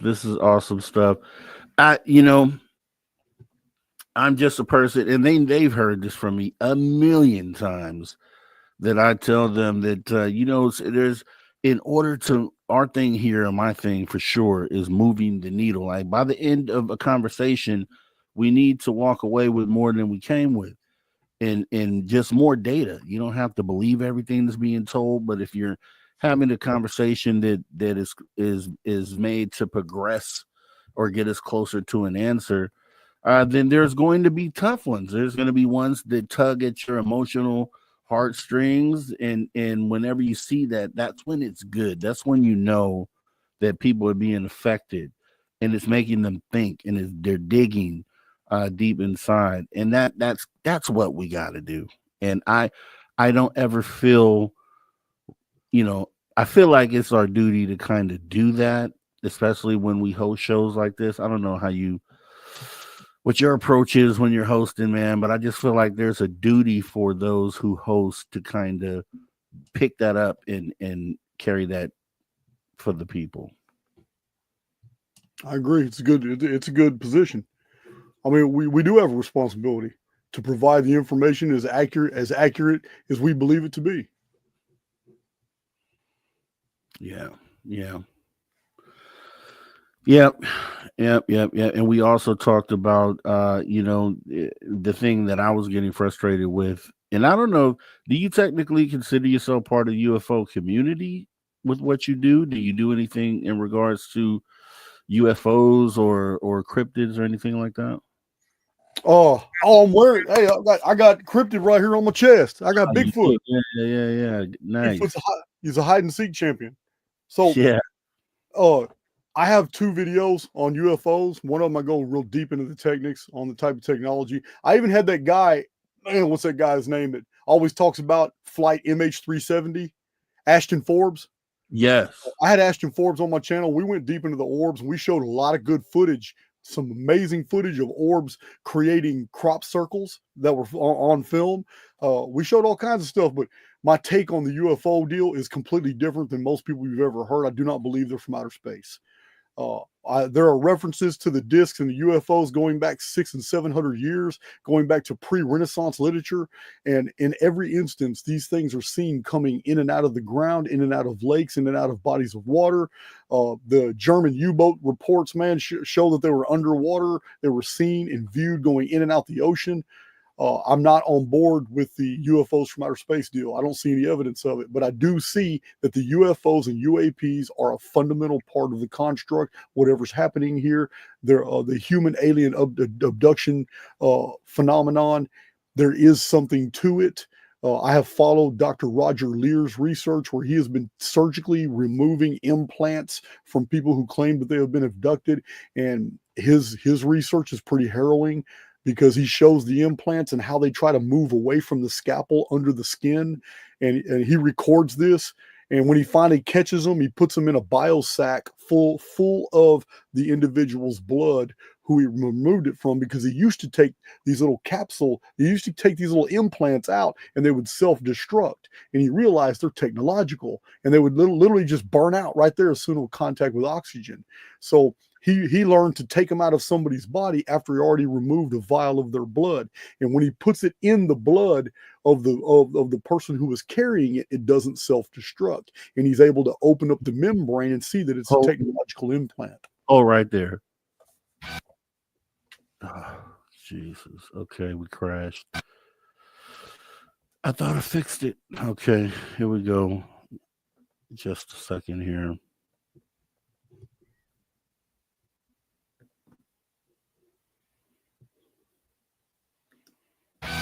All right, everybody, welcome back. Spaced Out Radio, the After Hours radio show. We are on the back half of hour number 2 with our guest here, Jason Breshears. We have gotten into some real deep conversation tonight. I'm telling you, if you missed it, hop in the archive, youtube.com/Spaced Out Radio.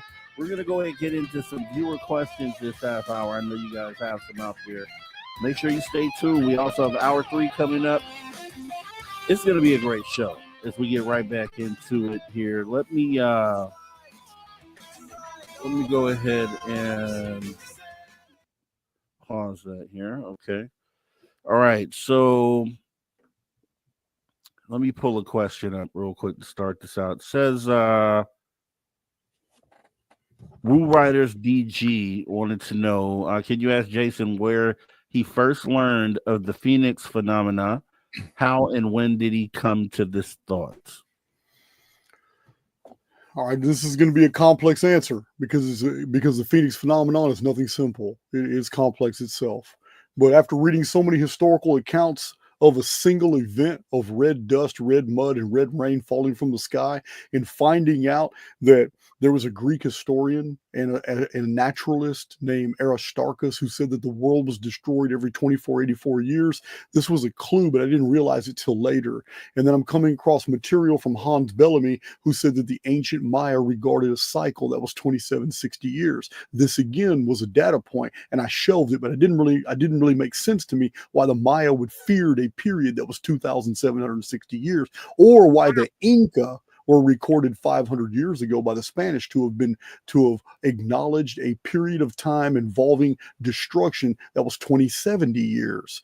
So I come across Nostradamus's reference that before the flood was a period of 1242 years, and then the 1656 years of the pre-flood world I had already figured out was really interesting because it was divisible by 138. And then I find an Egyptian reference that talks about a 1,656 month period was to be feared, and it had everything to do with a tradition about a flood. Well, 1,656 months is 138 years. Then I come across a Jewish tradition in Tracy Twyman's commentaries. In her bibliographic material, she cited an old book about Jewish legends. Tracy Twyman is no longer with us today. Her books are fascinating, though. And as I'm reading her material, it specifically talks about there is an old Jewish legend that 2 angels were condemned by God to roam in banishment for 138 years because they divulged to mankind that he was about to destroy Sodom and Gomorrah. So over and over, I come across this period. Then biblical chronologist Stephen Jones writes a book called Secrets of Time about a 414-year period. Then I find out the Phoenix cycle is 552 years. And those of you listening to me right now have absolutely no idea what the correlate is here. But every single period that I just mentioned to you is divisible by 138. So if I already know the date of the Adam and Eve reset and the Great Flood in 2239, the 1656 years of Genesis, and I'm able to ascertain that the Ogygian deluge that destroyed the entire world in 1687 BC, for which many historical documents exist, was in 1687 BC in the month of May. That's 552 years after the Great Flood. It's a Phoenix cycle. So I took a chart and I plotted out the history of the world in 138-year integrals, and it just blew my mind.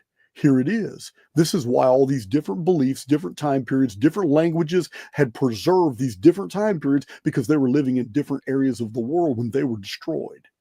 But every single timeline was divisible by 138. And I didn't even mention all of them to you. I just mentioned the ones that are off the top of my head. So I discovered that the history of the world is punctuated by destructions that often happen in intervals of 138 years, which led to many discoveries, such as the rectilinear dimensions of the Great Pyramid are also divisible by 138 everywhere. And I've shown this on my channel. So that's how I discovered it. It was a process. It wasn't a revelation. There was no time when I woke up in the morning and said, "Oh, this is the Phoenix phenomenon." No. It was a process of discovery that lasted many years and finally ended up in a book published in 2009 called When the Sun Darkens. And before that book was even published, I had done so much more research now that I knew what I was looking for. And I found so much more data that my publisher agreed to contract me for a second book called Nostradamus and the Planets of Apocalypse. That's book 2. Then before that book could get published, I had found out so much more information that I released a 427-page huge book with a packed bibliography called Shocking Secrets of Antiquity, the 2 cataclysms that buried history. And so I have 3 books about the Phoenix phenomenon, but it was a process of discovery. It wasn't a revelation. All right. Awesome stuff. And let me see. We also have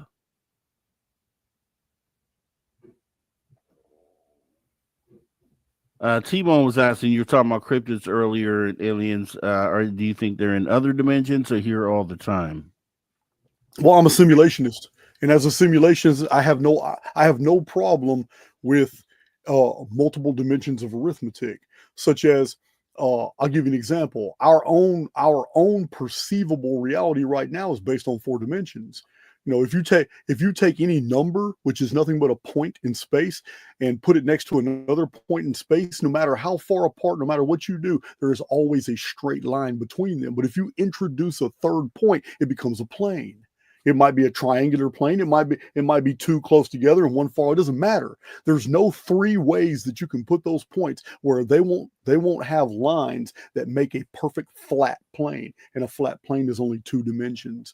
But when you add a fourth point, a fourth digit to the perceived reality, everything changes, because now you have space. Because 4 points are necessary to create 3 dimensions. Now 4 points create a 3-dimensional form. This is where the magic begins in arithmetic and in geometry. But if you were to add a 5th point, our avatars are connected to the 3-dimensional construct. But that doesn't mean that there are other beings in the same holo field that don't have access to that 5th dimension, to that 6th dimension, to that 7th dimension. Because they come in and out. Look at Bigfoot, the hide and seek champion. Dogs have smelled it. Humans have smelled it. It's a foul odor. His footprints have left huge impressions before. Hair samples have been studied and found. There are visual sightings all over the world from different time periods. It's not just Bigfoot. It's Yeti. It's Sasquatch, the abominable snowman, Yowies, Bunions. They got all kinds of names for these creatures. It's always the same.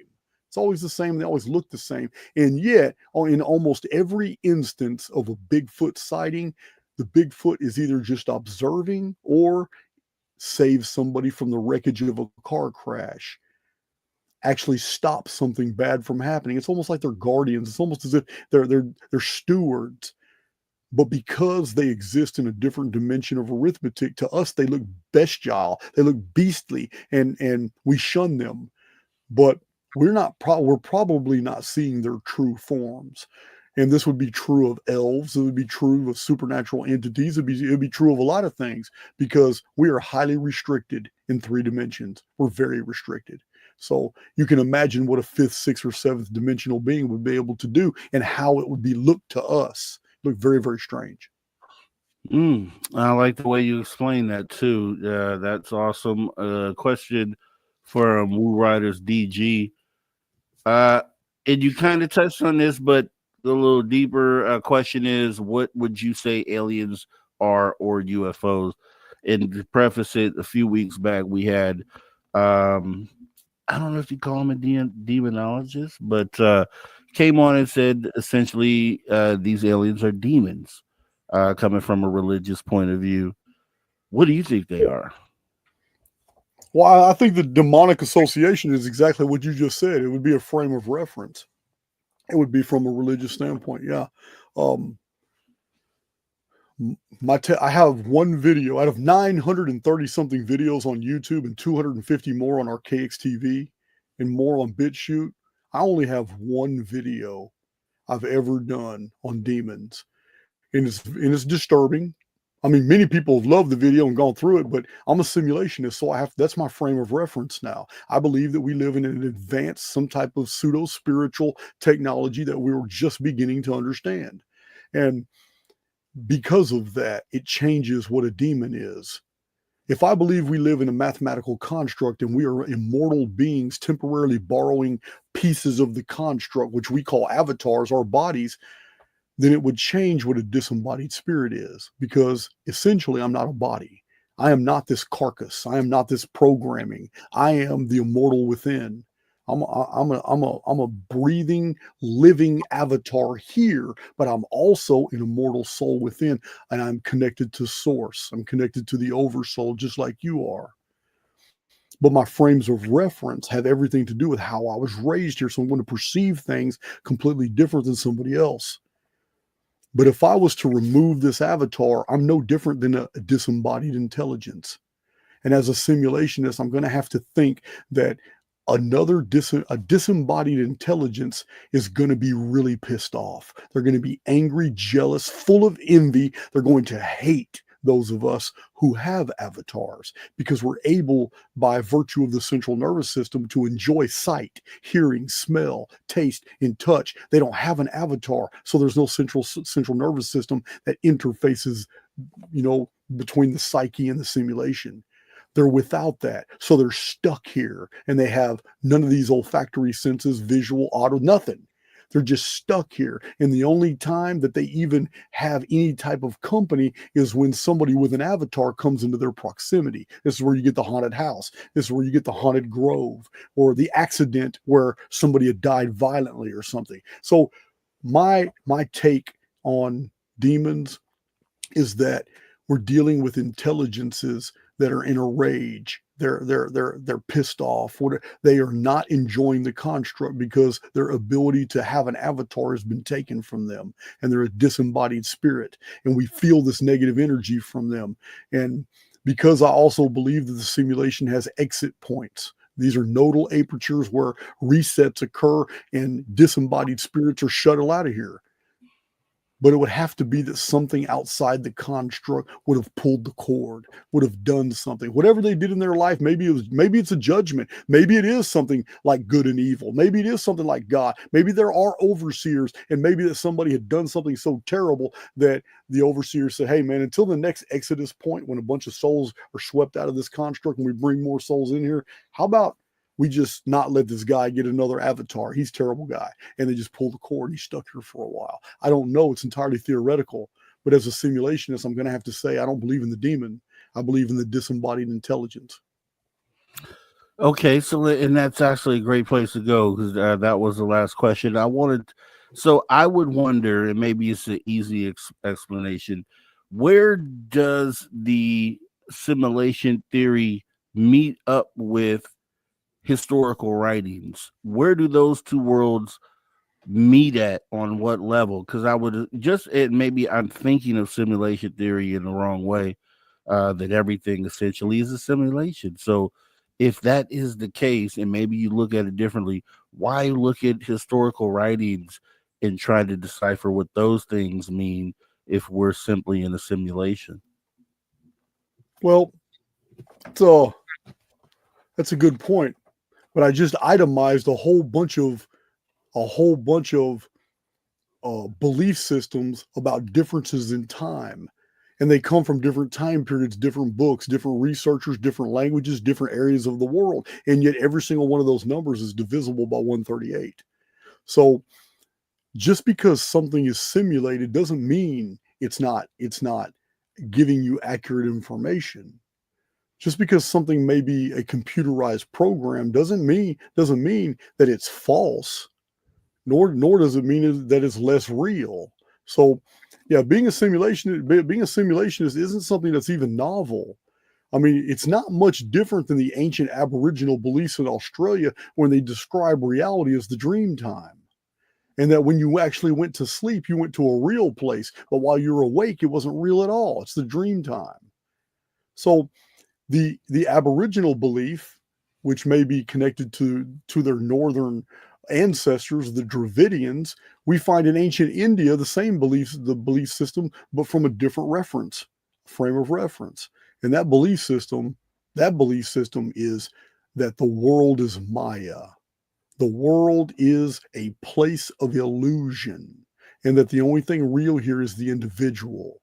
And not anything that's perceivable by the senses. So if we're talking about simulation as a word, we're merely extending the understanding that our predecessors already possessed, that the world was not real. We can go into the Gnostic writings, and in the Gnostic writings, they had a belief system that this entire construct was nothing but an artificial world built by an arch deceiver. And this arch deceiver is pretending to be God, and that this isn't the real world at all. And this was the Demiurge. They called him Yaldabaoth.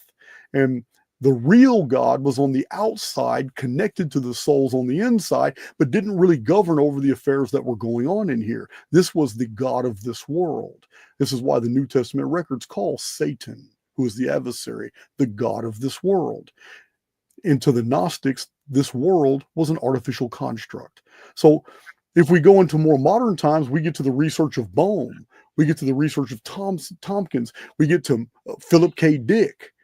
Amazing a mind, Philip K. Dick. We get so many modern people in the last 50 years, they've come to this conclusion as well. It's like, damn, everything is mathematically, it's just too perfect. Everything is just provided for us. I mean, you can go into a jungle and inhale and get the same amount of oxygen as you can get 3,000 miles in the middle of a desert, far out in the Middle East where there isn't even a single tree or plant producing oxygen. It says everything here is a little too perfect. All the light, all the balance, all the balances. But when we really study reality, we find issues. We find things that do not make sense. And on my channel, I have many videos that isolate these anomalies, such as Medusa effect. How in the hell did the whole world get fossilized in an instant? So perfectly that the jellyfish, octopus, plankton, shrimp, as they were swimming, everything was just flash frozen in an instant on the bottom of the ocean. How did that happen? I got hundreds of pictures from museums all over the world of all these anomalous fossils that don't make sense. But there are so many other anomalies. This predator versus prey ecosphere that we live in, where a living biological entity must tear into and devour other living entities in order to maintain its sustenance and feed its young. We know innately, intrinsically, we know something's wrong here. Something's very wrong. But simulation theory is on the table with our theoretical physicists right now. It is the #1 topic in scientific circles. So it's nothing that I invented. It's just my conclusion based off chronology, because even the history of the world is too perfect. What I will say to the history of the world, and just, things do tend to line up with each other. Truthfully, and I always say this all the time as well, we're the only ones that seem to stick out and not really fit into that. But if you look around, the one thing that I'm totally afraid of becoming fact at some point is looking out in the universe and essentially just seeing what we see on a cellular or atomic level just magnified, and that we're essentially on an atom inside of some sort of body, some larger body that we may not understand, and we're destined to do what we do the same way as microorganisms live their life. That's the thing that scares me. And I talked to someone who had that sort of outlook, and obviously I talked to so many different people that's where I kind of am able to go down those rabbit holes. But that's the thing that scares me, if we find out that we're just so insignificant to the bigger picture, that how does that affect human beings and the morale of wanting to achieve, to do more, and strive to be bigger and better than we currently are. I don't know if you want to leave the audience with anything. We got about 3 minutes left with you, and that'd be perfect amount of time for you to talk about your books, where those could be found, and your awesome YouTube channel as well. I appreciate it, but you can just go to archaix.com and it's going to lead you to all the free stuff. Like I said, I will overwhelm you with data in just the free materials. So, like I said, 930 something videos on YouTube, they're all free. Some of them on Archaix TV, they're free. So yeah, it's there's no reason not to be educated. Yeah.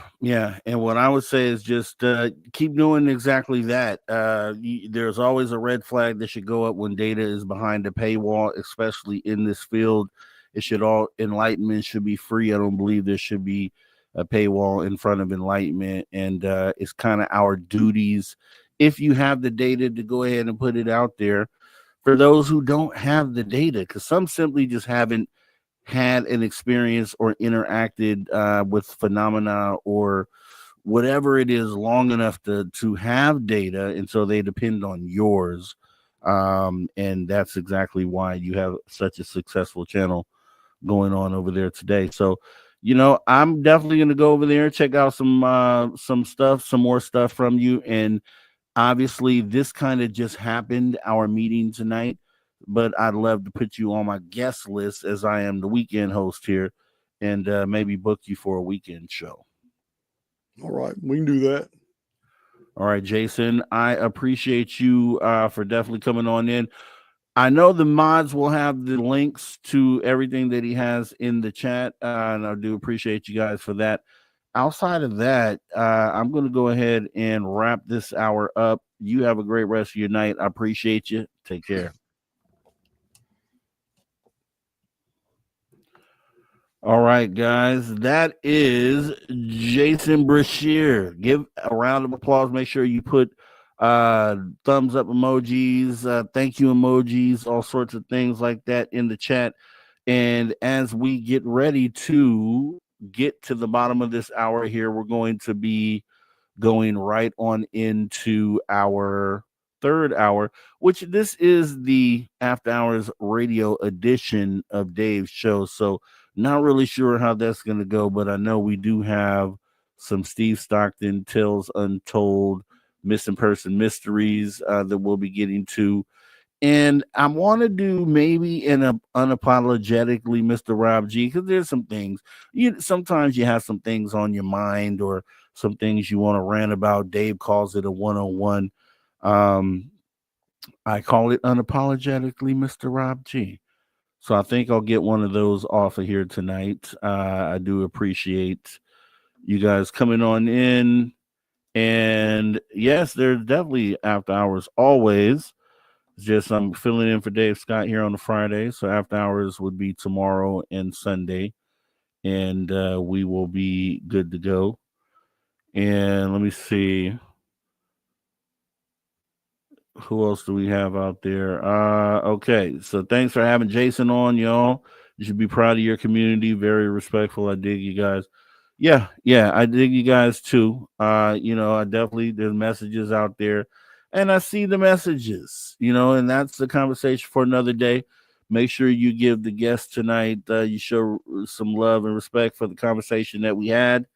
And hopefully some of this stuff, at least makes you want to go out there and research more or find some answers or bring some things to the table. It'd be appreciated. We're going to get ready to go ahead and go to the last break of the night here. Well, actually, the last break before hour 3. I'll see you back here in just a minute. After Hours with Mr. Rob G on the only place where you can own the night. Spaced Out Radio. Spaced Out Radio. You've tuned your dial to the right frequency.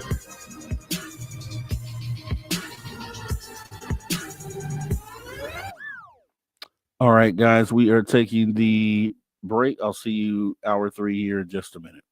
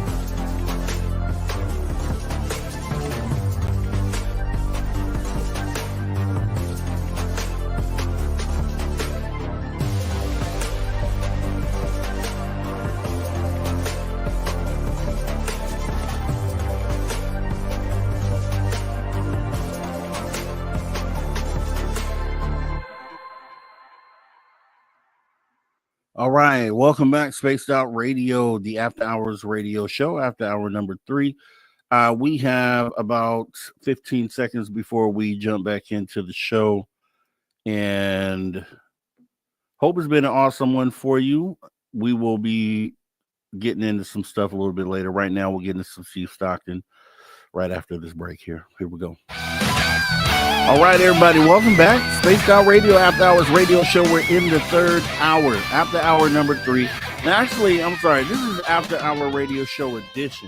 I'm filling in for Dave Scott, who would normally be here tonight.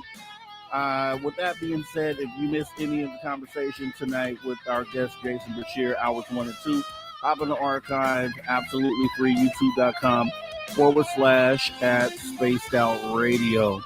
We're going to go ahead and jump right on into Steve Stockton, Tales Untold, Missing Person Mysteries, and once again, it's so awesome to have him as part of the show. And here we go. Welcome to Tales Untold and Missing Persons Mysteries on Spaced Out Radio's After Hours. My name is Steve Stockton, and I'm here to take you on a journey of mysteries, legends, and true stories. Come, join me on this strange adventure of Tales Untold and Missing Person Mysteries. Today we're going to delve into the dark, sometimes frightening world of shadow people. Now, a number of religions, legends, and belief systems describe shadowy spiritual beings or supernatural entities as shades of the underworld and other various shadow creatures, which have long been staples of folklore and ghost stories. There are many theories about where shadow people come from and whether or not they're even real. Skeptics note that seeing shadow people could simply be chalked up to sleep paralysis, heightened emotional states, or sleep deprivation, as people who have experienced these physiological and psychological conditions have noted a correlation, although, if I might add, that still doesn't fully explain why they're all seeing the same creepy kind of thing, right? But then there are the paranormal theories. These seem to resonate more with the people who have actually lived through the terrifying encounters and feel strongly that shadow people are more than just imaginary. Half of the paranormal researchers claim that shadow people are conscious, intelligent, interdimensional beings that can shapeshift into various forms and figurations and have the ability to move back and forth between dimensions, while the other half claim shadow people are of extraterrestrial origin. Now, there is no substantial proof of what these entities are and where they come from. In the professional field of clinical psychology, our own individual shadow is said to be that darker part of ourselves. Our shadow is our darkest thoughts, aggressions, and impulses that we keep hidden by our conscious mind. So are the shadow people a manifestation of our own subconscious thinking? And are we responsible for the existence of these beings?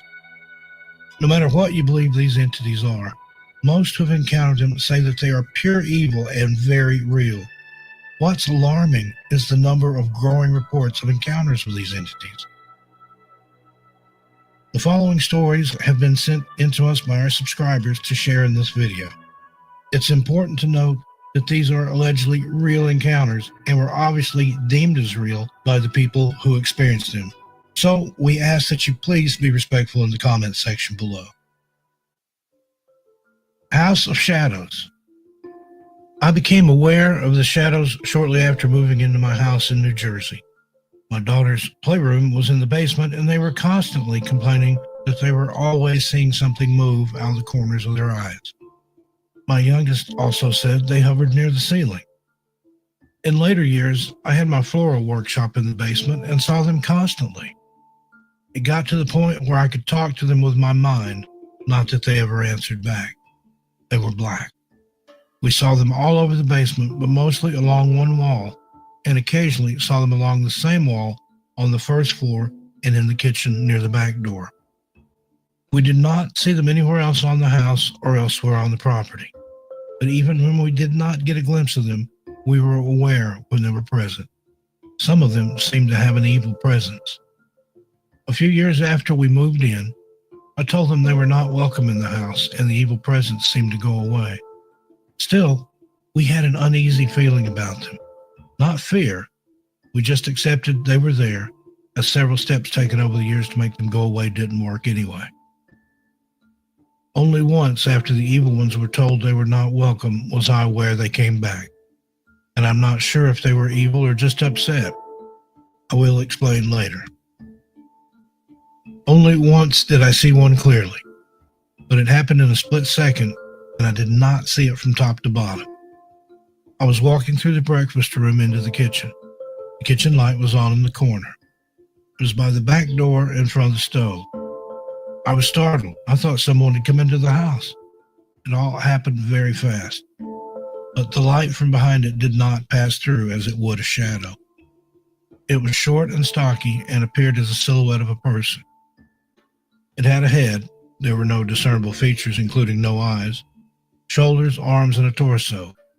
It disappeared too fast to take note if it had legs or feet. I sensed it was as surprised as I was and did not intend to be seen. Then our house caught fire. It was a major fire that started from a shorted TV along the wall of shadows in the den. We were out of the house 6 months while it was repaired. About a week after the fire, I stopped by right before dark to pick up a few things. As I came onto the back porch and looked through the 6-foot hole where the picture window once was, I looked across the breakfast room at the basement doorway. I sensed 3 shadows near the doorway. It was almost dark outside, so I did not actually see them. I also got a very bad feeling about them and told them by thought that the evil ones were still not welcome in the house whether I was there or not. Then I turned and left without entering the house. I was quite rattled. Whether I had this feeling because I was also emotionally upset about the fire, I cannot say. The next day, I went back and it seemed the house was full of shadows, although I only caught a glimpse of them as usual, fleeing in the basement.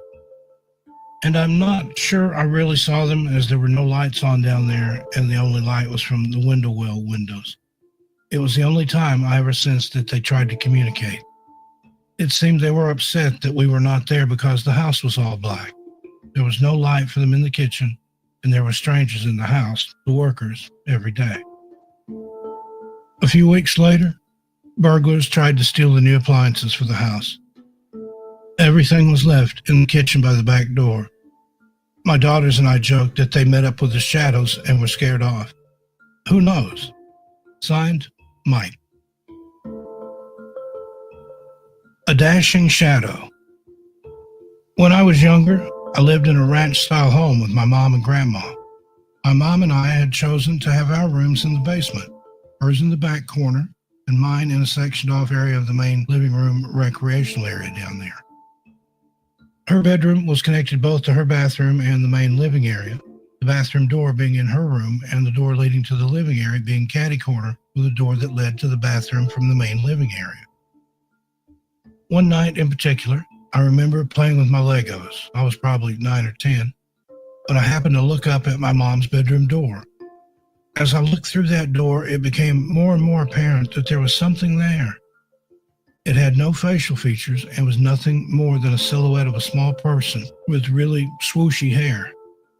After about a minute of looking at this shadow, it dashed into the bathroom via the door directly connecting the bathroom and the bedroom. In disbelief, I continued playing with my Legos when I felt something staring at me. As I looked up, I couldn't believe my eyes. The same shadow was now standing directly in the bathroom doorway. Now, I know it had no face, much less eyes, but it was staring, watching, perhaps even waiting. It almost immediately sprinted into my mom's room, at which point I sprinted up the stairs, tears of fear running down my face. After that instant, I could never be alone in the basement at night, and my bedroom was moved to one of the spare rooms upstairs. I wish I could say that this was the last of my experiences, but alas, it is not. This same shadow person followed me to several different houses, including the one I'm in now. Signed, Anonymous. It called to me, and I answered. I'm not usually one to talk about my situation, as it happened about 14 years ago. And anyone that I have gone out of my way to share this with immediately put a lot of discredit upon the topic. My spouse and close friends have always been the most intrigued. Only had one occurrence that I recall the most, and the others did not have as much substance behind it as this one did. When I was 14, I was sharing the basement recreation area with my stepbrother at the time. My parents had spent time building me a room in the basement at my request, but lo and behold, I slept most of the time out on the playroom, or whatever you wanted to call it. I didn't start sleeping in my room till I was probably 16. However, this instance further confirmed why I didn't. It was between 2 and 4 a.m. I don't recall the exact time, but I had originally fallen asleep on the floor next to the futon my stepbrother was sleeping on. He faced the wall and was heavily snoring to boot. I'd woken up and couldn't fall directly back to sleep, so I tossed and turned while the ambience of the TV kept spreading around the basement. Out of nowhere, I became completely stiff and unable to move my entire body but my neck and head. At this point, feet point to the wall and the TV behind me. I started to look around because I had become immediately filled with anxiety and fear. I was thinking of this being sleep paralysis at the time, until the next step took place. I laid there in silence, heavy snoring from my left. It felt as if someone or something was sitting on my body, restraining me by the shoulders, which, due to claustrophobia issues, freaked me out. I heard a very faint voice at first in the distance. "Josh, are you there? I know you're there." Eyes peeled wide open, trying to diagnose me being crazy at this point. It then spoke again. "Josh, can you hear me? I know you can hear me. Come to your bedroom." I continued to try and ignore it as I felt I was about to puke. I was becoming really scared. In a much louder, gruffer voice, it spoke to me again. "Josh, I know you can hear me. Come to your bedroom." As if the biggest weight was off my body, I was immediately able to move, and I sat up in a split second and rose to my feet. This voice continued to call my name and demand my presence in my room. Like any unoriginal horror movie, I was pleading with my brain to not do it, but stupid me decided to make way to the bedroom. The door always remained shut, and as I put my hand on the doorknob, I hear it one more time. "Josh, are you coming? Open the door. As I opened the door, I had a small basement window, at the time big enough to sneak out of the house, parallel to the doorway. As I slowly creaked open the door in a cold sweat, there was what appeared to be a dim-lit yellow eye shapes in the window in the shape of some sort of dark figure staring deep into my soul. Wide-eyed and terrified, I looked up and was locked on for about 30 seconds. They got brighter and became dim, and then repeated. I slammed the door immediately and bolted to the other end of the basement for the light and proceeded to rock back and forth because there was no explanation. My brother woke up in a panic as I was petrified. We went back in the room together and turned the light on, and nothing was there. Nothing was outside as we went and checked further. He stayed up with me for a bit until I fell back asleep, and nothing like that occurred again. I cannot advise whom, why, where, or what, but it has left the biggest impact on me to this day. I know the difference between dreaming and being in an altered state of mind, but this was the most real I have ever felt behind a paranormal episode. That voice makes my body tingle and hair on my arms raise every time I think about it. I feel good knowing that I'm not completely alone in this type of thing, and all I can do is hold on to the memory, as nothing has been explained or uncovered otherwise. Signed, Josh. All right, Tales Untold Missing Person Mystery. Shout out to Steve Stockton for being a part of the show like he is. Awesome, awesome stories. And once again, sad stories, right? Because these people are missing. In most of these cases that we hear Steve talk about are accounts of those who have not been returned. Some of them, the stories are returned. Most of them are not. And you just got to think about that. How many people go missing in the United States every single year? I was blown away at the number. I didn't realize it was actually that high. We're talking like, and I want to say in the range of, which was still bananas to me here in the United States alone, like 600,000 to 800,000 people. That is crazy. That is an insane amount of people which that those get reported, right? Obviously a lot of them show back up eventually or are found at some point, whether intact or not intact, and then some of those never find their way back, and that's the scary part about it, because then you have to wonder why, right?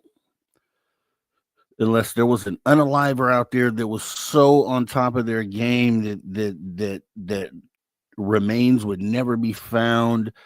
That's still a very, very small, minute number. Would explain the small, minute number of those ones that are still not solved at this point. And you'd have to think that there has to be more going on than just human involvement, and that's kind of where we start jumping down the rabbit hole and figure, yeah, they're getting abducted by Bigfoot, extraterrestrials, maybe they're stepping into the little people's world. We hear stories about the little people, the fairies, the fae, right? From what it sounds like, there's a lot more in those forests to be worried about than coyotes and wolves, gray wolves and grizzly bears and mountain lions and cougars, things of that nature. They're definitely and that's why with these Sasquatch and Bigfoot stories, with these Sasquatch and Bigfoot stories, I can tell you, I've looked in the eyes of people who have told these stories and just felt they saw something, right? Not sure what it was, but they saw something that scared them to the core, shook them to the core. And I've been in the woods at night, and I would not doubt for a moment that there are things out there. I'm talking about when you can go in the woods and you can't see 5 feet in front of your face, 10 feet. and then that's because there's no light getting in there, so it's like you're in outer space, like you're in pitch black darkness, or you're just in something that's heavily vegetative, right? Where everything is so dense that you can't, in that case, you can't see more than 10 feet in front of you. So very scary place to be. I wouldn't recommend it to anyone, as well as the rainforest or the jungle. Anything that got forest in it or jungle, probably not a good place to go get lost. And that's what I'll say here. And I'm gonna answer a couple questions here as normally there would be someone stepping in right now, but that didn't happen. So we're gonna do a couple different things here this evening and make it do what it do, because that's what we do best. In the studio, what if we lived on a holodeck? Lots of things lately seen off, and would we know if we were in a simulation? And that's what I was asking the guest. Because it's where does simulation theory then kind of merge in with banking on historical writings, because you would think in a simulation world, right, where this has all been created, everything we see around us. Some people will say that the room that you walk into doesn't load up until you actually walk into that room. It's technically not there. You've heard people say that before. And so I would think that when we're talking about simulation theory, that the fact that it's simulation or code would be able to determine or dictate if you or have the ability to rewrite the code in a way that then alters the historical written data. Because I would think it would immediately affect that. Or you could never depend on the historical data, because it could be changed at any moment, right? Like the Wikipedia page, it could be rewritten in a way that doesn't align with what you knew before. Now, that would make sense for the Mandela effect, right? And that's kind of why people use maybe simulation theory to kind of connect to the Mandela effect, because you have examples of historical things potentially changing or being altered or not being remembered exactly in the same light as other people remember it. So, but I don't know. Once again, that's where you ask the questions, and it you get the answers, and then it's up to our viewers to kind of, at the end of the day, take the data, process it in a way that you feel is appropriate, and use it or don't. Right? That's what this is all about. That's why we get together. We have these conversations, because we don't know the answers. We don't have the data. So therefore, if someone's walking in the room as we're sitting here at this huge table with a million puzzle pieces on it, and we're trying to figure out where this piece goes, and they have the ability to guide us at least to a portion of the puzzle that we should be focusing on, then that's where getting outside data is helpful in how it helps, and it kind of shows where we would be or where we're trying to go as a team, essentially, right? Because I guess that's what we could be looked at. If we're all doing this for the benefit of the next person, then we are doing it for us, right? Which means that everyone's conversation is important. Theories and ideas.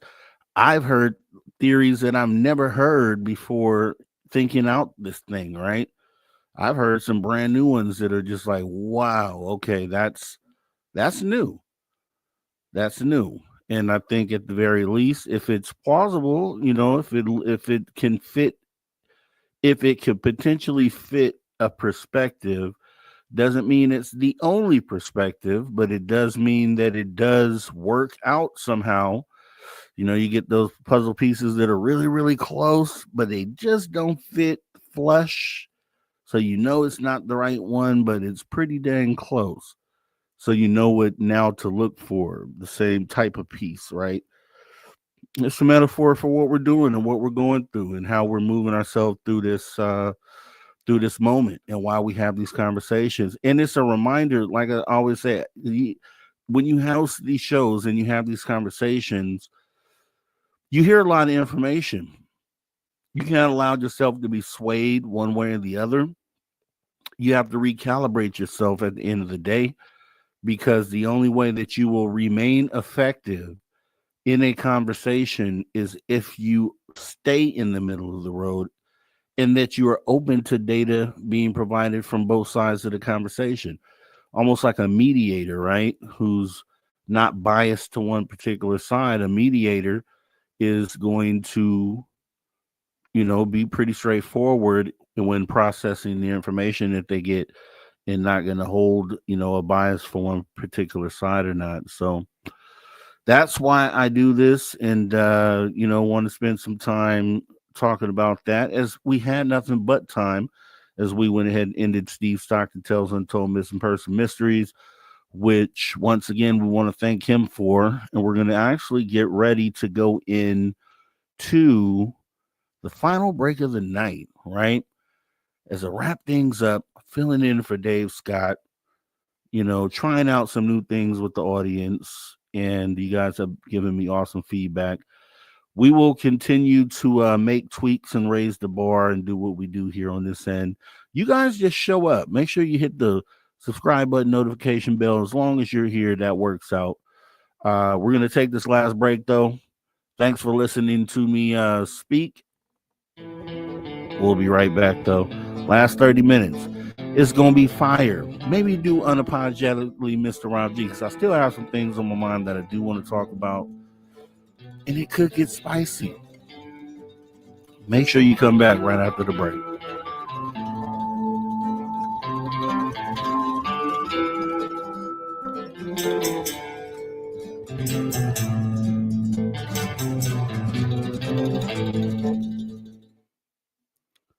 All right, guys. All right, we are clear and we are on our final break. Yeah. So let me go ahead and go through the chat here, see what we have. Anybody else adding to any combo out here?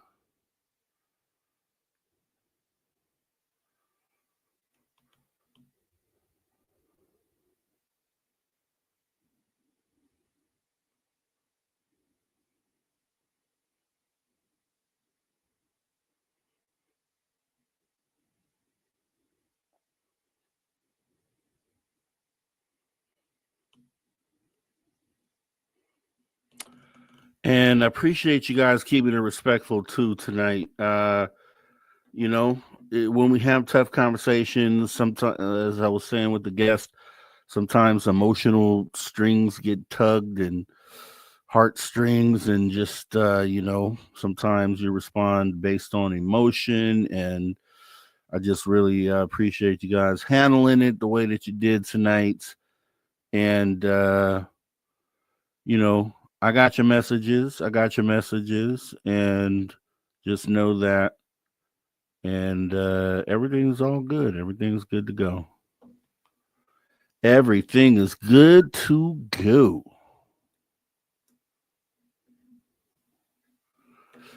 And actually, let me get something set up here. How do I want to do this here?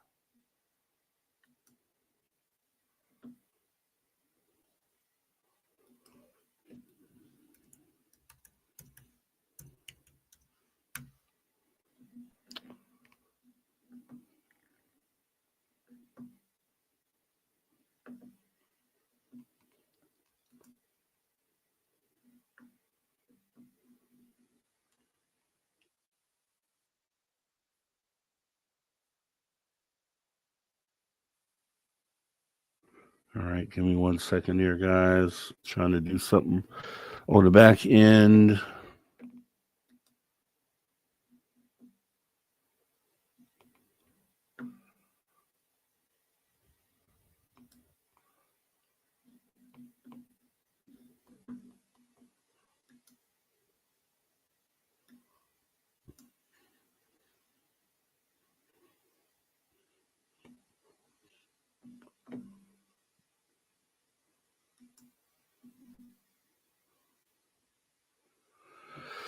All right. Appreciate you, Area 51. Rob G, you're the man to go, bringing the heat, never sleep. You know, I promised to you, Area 51, that we would always continue to bring the heat and never to sleep.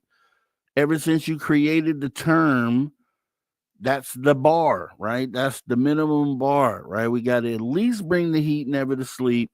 Hopefully, a lot more than that when we do these shows. And it's because these shows are so important. Like, it's not, if I'm doing a show about, there's a million things in the world you could do a show about. You could do a show about sports. You could do a show about music. You could do a show about pottery, about plants, gardening, DIY. And I do all those things. I actually do, but this thing right here that we're doing is so important to the future of humanity. This is what needs to be done, right? And so it's just always awesome to be able to speak in a moment where, humanity really needs to, we're really all trying to figure out what to do at the same time. It's like an amazing moment. That we're just lucky to be alive in, truthfully. That's just how I see it.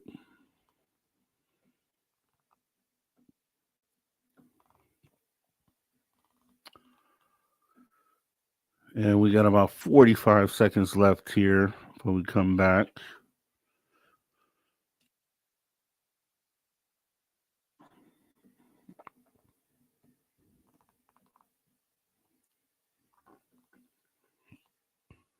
Thirty seconds.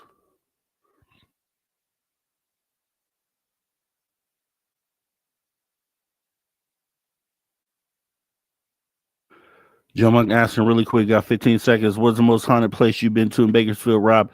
There is a hotel, the Padre Hotel, which actually I have to pass every night that I come here to this studio. And I might be doing that. There's a room on the 7th floor, something like that. Here we go. All right, everybody, welcome back to Spaced Out Radio, the After Hours Radio Show, After Hour number 3. After Hour Radio Show edition. I always have to remind myself to say that because I also have to say I'm filling in for Dave Scott, just so in case you didn't know, like, hey, where's Dave? Filling in for Dave Scott, bringing some of that After Hours flavor to the show tonight. Don't forget, awesome conversation earlier, though controversial. If you missed any of it, hop in the archive, youtube.com/@SpacedOutRadio. And what I want to do here, I'm just going to, I had whipped something up a while back, and I'm still working on this stuff, right? I'm wanting, everything we do is live. Even pretty much 95%, actually 98% of everything I do on my own channel is also live. And it's live is a great thing though, because you're in the moment, right? And you have to put on a good show. It's like you don't have a choice. It isn't, you can't go cut and rewind and do your takeover. You have to be able to work in the moment and maximize the moment. You can't, there is no going back, right? So I've been kicking around just some short form stuff, and because there are a lot of stories to be told in this community, and I kind of just wanted to get into some of the short form content. So I just whipped up one, which is 5 times that we may have actually, that aliens may have actually attempted contact with us. And it was a big thing. It was just, when I'm doing it, I'm sitting there thinking, like, these are legitimately 5 times where, as much as we beg for the White House lawn, the alien to land on the White House lawn, get out, shake hands, or we look back at the Close Encounters of the Third Kind movie, where at the end the spaceship opens up and all the grays come off and they welcome Dreyfus onto the ship, and we likely probably have already experienced that multiple times, not just multiple times, but multiple times in the last 40, 50 years, right? So I went ahead and put something together. I want to go ahead and show, because we'll do this and then we'll spend the rest of the night, which will be about 10 additional minutes, getting into some unapologetically Mr. Rob G, because I still got something on my mind that I would like to talk about. And we're going to do that. So here we go. Let me bring this up. Hopefully no commercials come up, because I'm not rich. I don't got premium like all y'all out there. All right, let's go ahead and do this. Make sure that the volume is on for you guys. And radio, you guys will definitely be able to hear this as well. Humans have reported throughout history, humans have reported encounters with unexplained aerial phenomena, objects defying known physics, massive silent craft, and interactions suggesting attempts at communication. While skeptics often attribute these incidents to misidentifications or mass hysteria, others believe they represent genuine attempts at contact from unknown intelligences. Today, we delve into 5 significant UFO events where something, perhaps extraterrestrial, seemed to be reaching out. From schoolyards to major cities, these incidents have left witnesses and researchers alike with more questions than answers. Number 1, the Aerial School UFO encounter. The tranquility of the playground was disrupted when approximately 60 children observed a bright silver object descending from the sky. The object reportedly landed or hovered just above the ground in a bushy area adjacent to the schoolyard. The children described the craft as a large, shiny silver disc. Some noted a red light or a ring around its edge. More astonishingly, they reported seeing one or more beings near the object. These entities were described as small in stature, approximately 4 feet tall, with disproportionately large heads and massive black oval-shaped eyes. They wore tight-fitting, shiny black clothing. One student recounted, "I felt like he was warning us about the environment, about the future." Another described, "We saw this like silver thing down there. It was a silver oval thing that flew away really slowly." The children's accounts were remarkably consistent, despite being interviewed separately. Noted Harvard psychiatrist Dr. John E. Mack traveled to Zimbabwe to interview the witnesses and found their testimonies credible. The incident remains one of the most compelling UFO encounters with no definitive explanation to date. Number 2, the Westall School UFO incident. Over 200 students and teachers witnessed a metallic, saucer-like craft hovering above the school's yard. The object moved erratically, sometimes darting in ways that defied conventional flight patterns. Suddenly, it descended into a nearby area known as the Grange, a patch of open land adjacent to the school. Students who raced to the scene described a circular craft about the size of a car resting on the ground. Some noted that it had a hump on top and round features underneath. Before anyone could get closer, the object rapidly ascended and disappeared from view. In the aftermath, military personnel and men in dark suits arrived quickly, instructing witnesses to remain silent. Some reports suggest that authorities confiscated photographs taken by students. The event was minimally covered in the media, with explanations ranging from weather balloons to mass hysteria. However, no conclusive explanation has been provided. The consistency of witnesses' accounts, coupled with the swift response from authorities, has led many to believe that this was a significant event. Decades later, witnesses stand by their stories, and the incident remains unexplained, fueling speculation about a possible cover-up. Number 3, the Phoenix Lights. Thousands of people across Nevada and Arizona reported seeing a massive V-shaped formation of lights moving silently across the sky.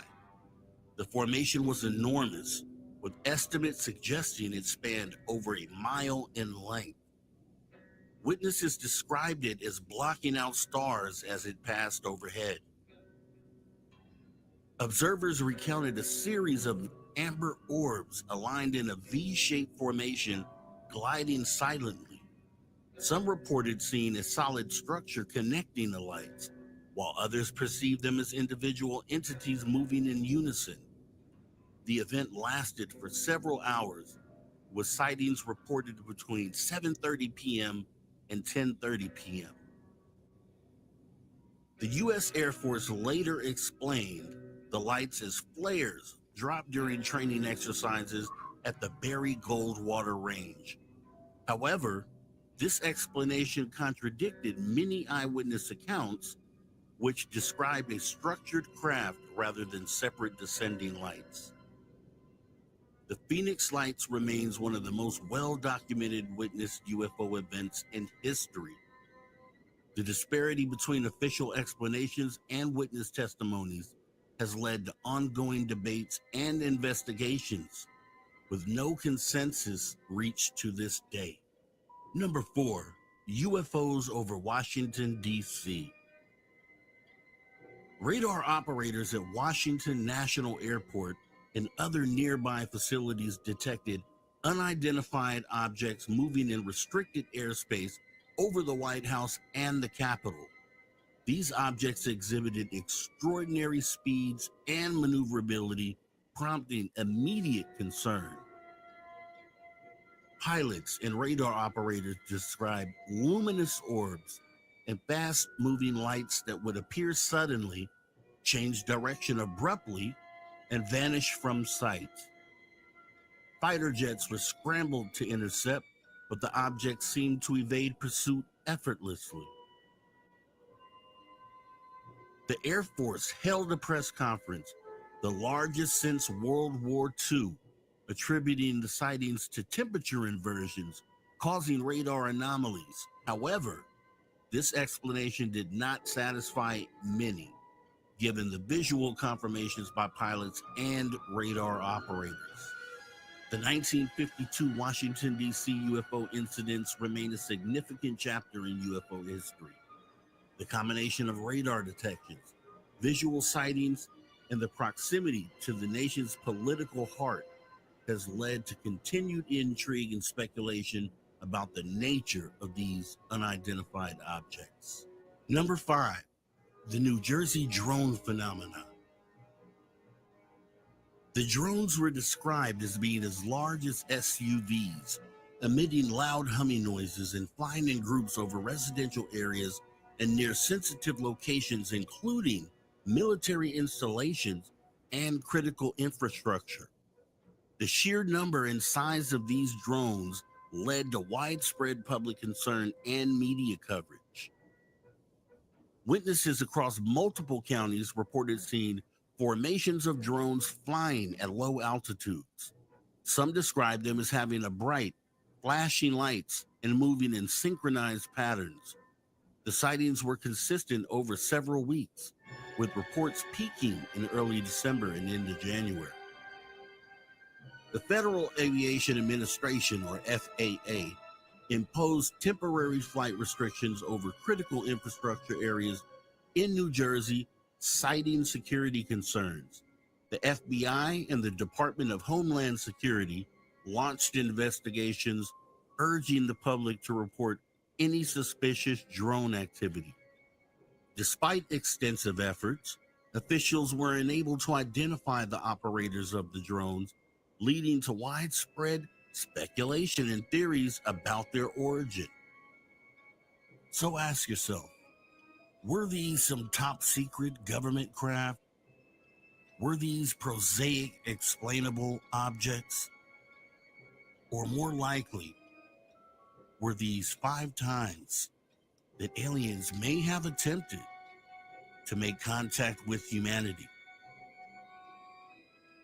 Leave a comment and don't forget to hit the like and subscribe. Yeah, that was likely. I don't know how you feel. But likely that would have been 5 times that extraterrestrials attempted contact. Think about it.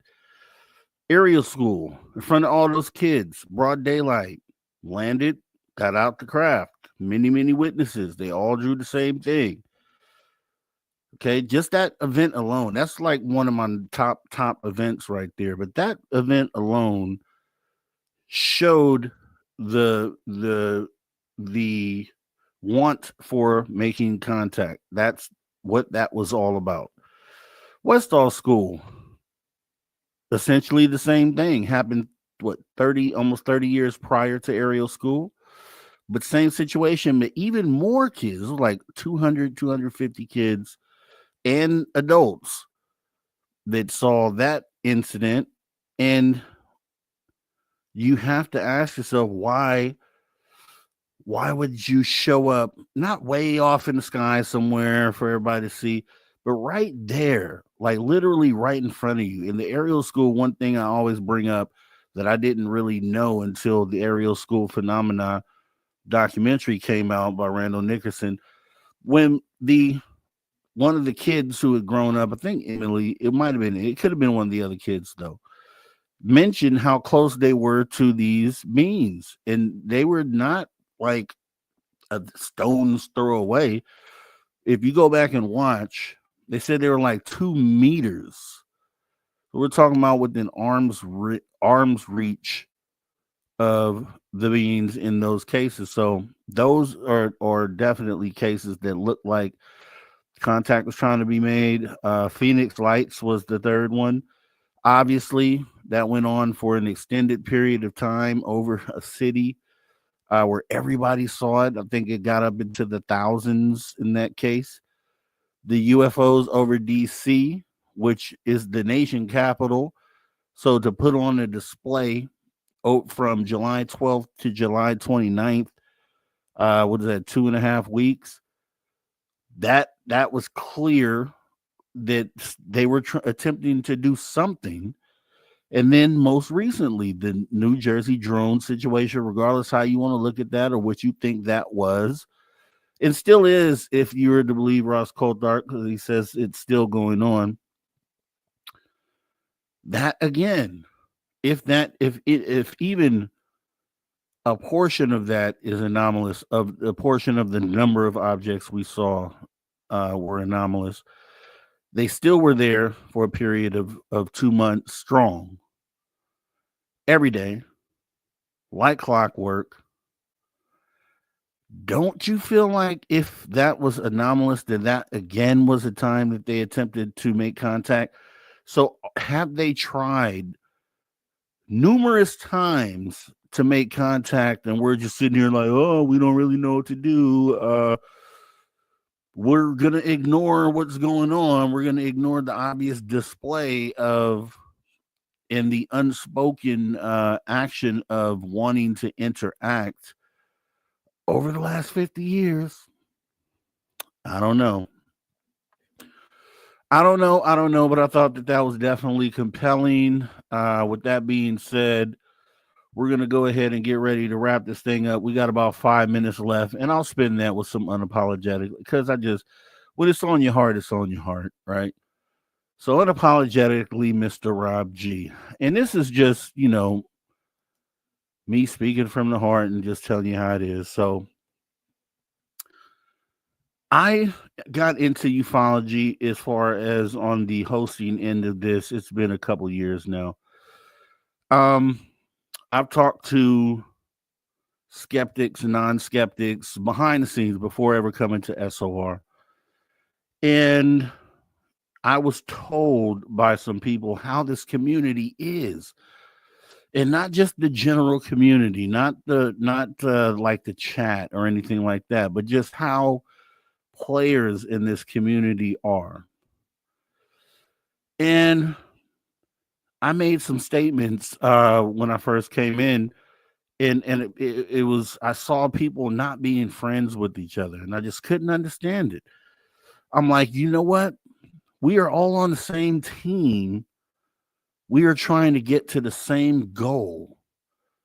How is there at all any time for anyone to have an issue with another person within this community? Like, how does that even happen? Where does that type of energy come from? If you're in this to get to getting answers and getting to a similar goal as other people within this community, how is there ever a time for high school antics? I never thought that it would be this way. But I'll tell you, the more and more time that you end up spending in the community, the more this stuff starts to rear its head. And it's like, it feels like high school again, right? It feels like high school games. I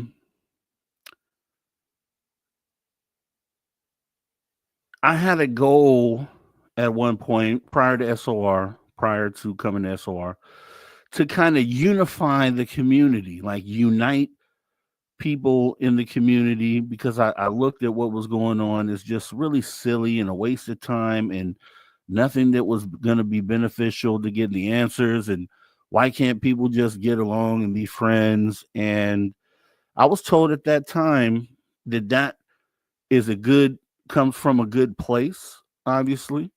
Like a good person would want to see those outcomes, but was made aware that something like that to happen would be considered pie in the sky.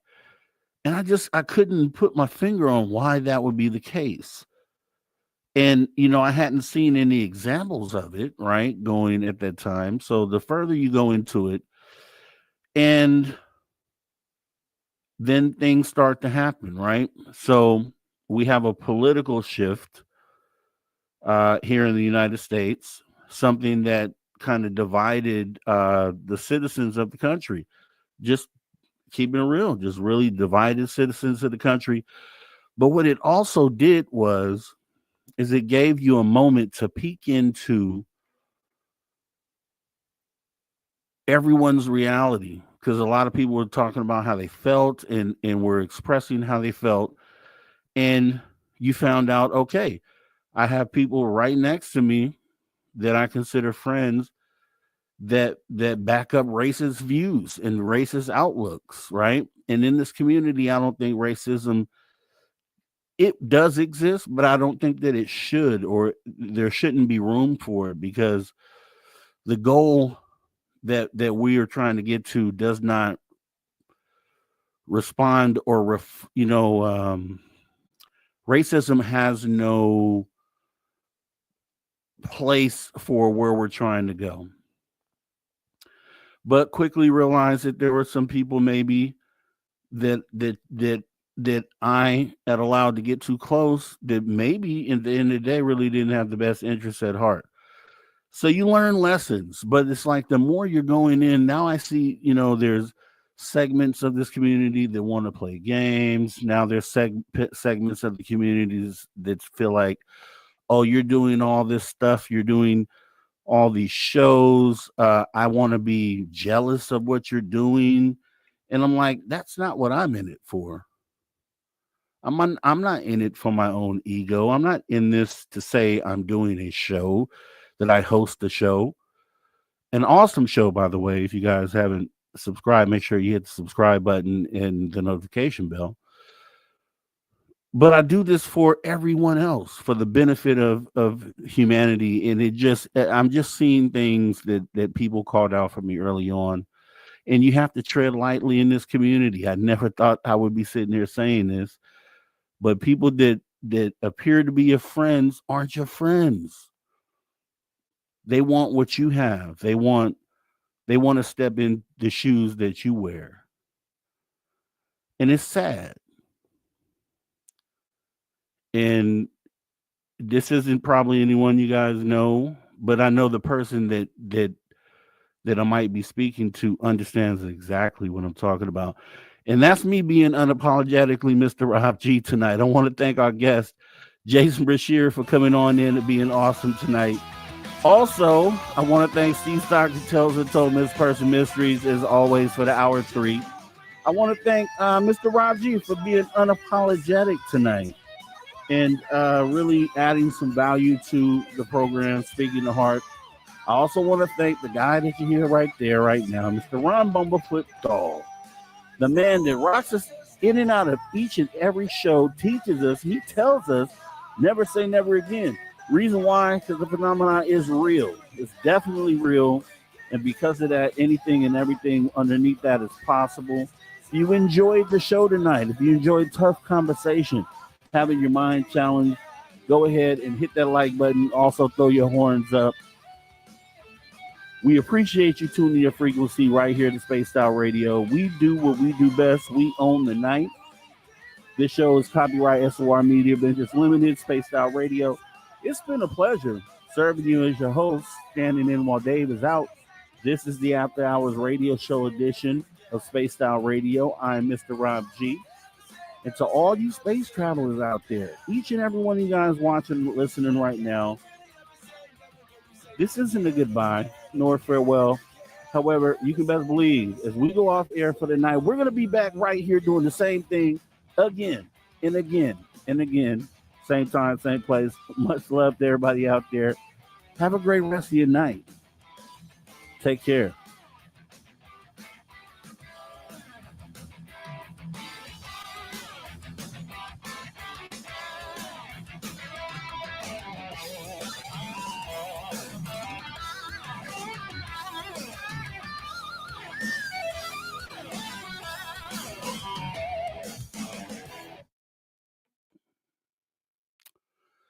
Clear, clear, clear, clear, clear, clear.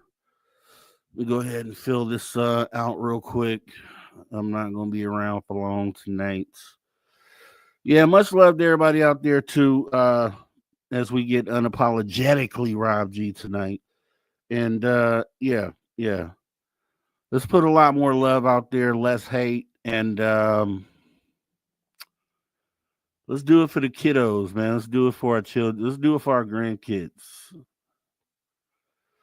But I'll tell you what, you learn who your friends are. You learn who your friends are fast in this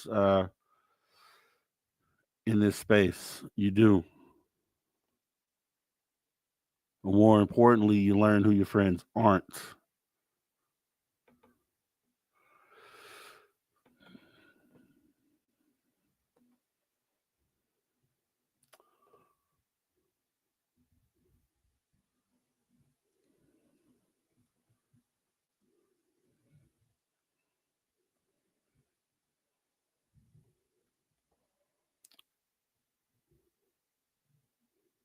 Try to make sure I don't write anything wrong on this before I upload it, guys.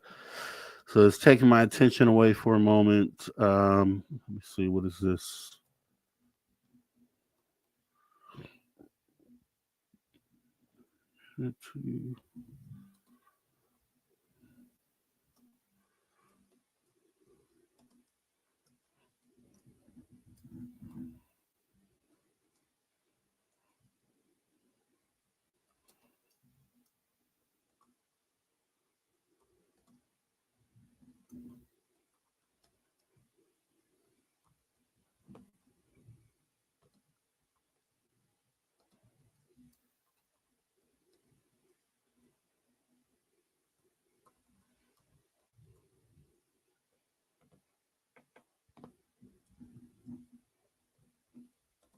Almost done.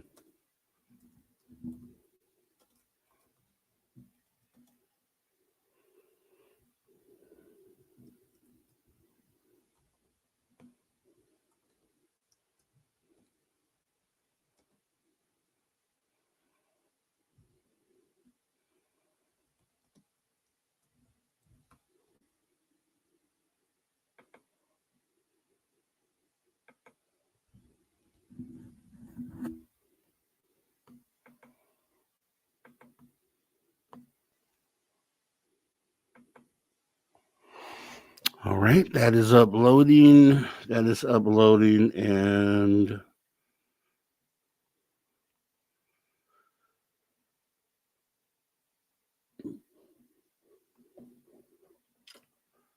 all right, let me look at the chat here. Usually I'm out of here by now. Let me see.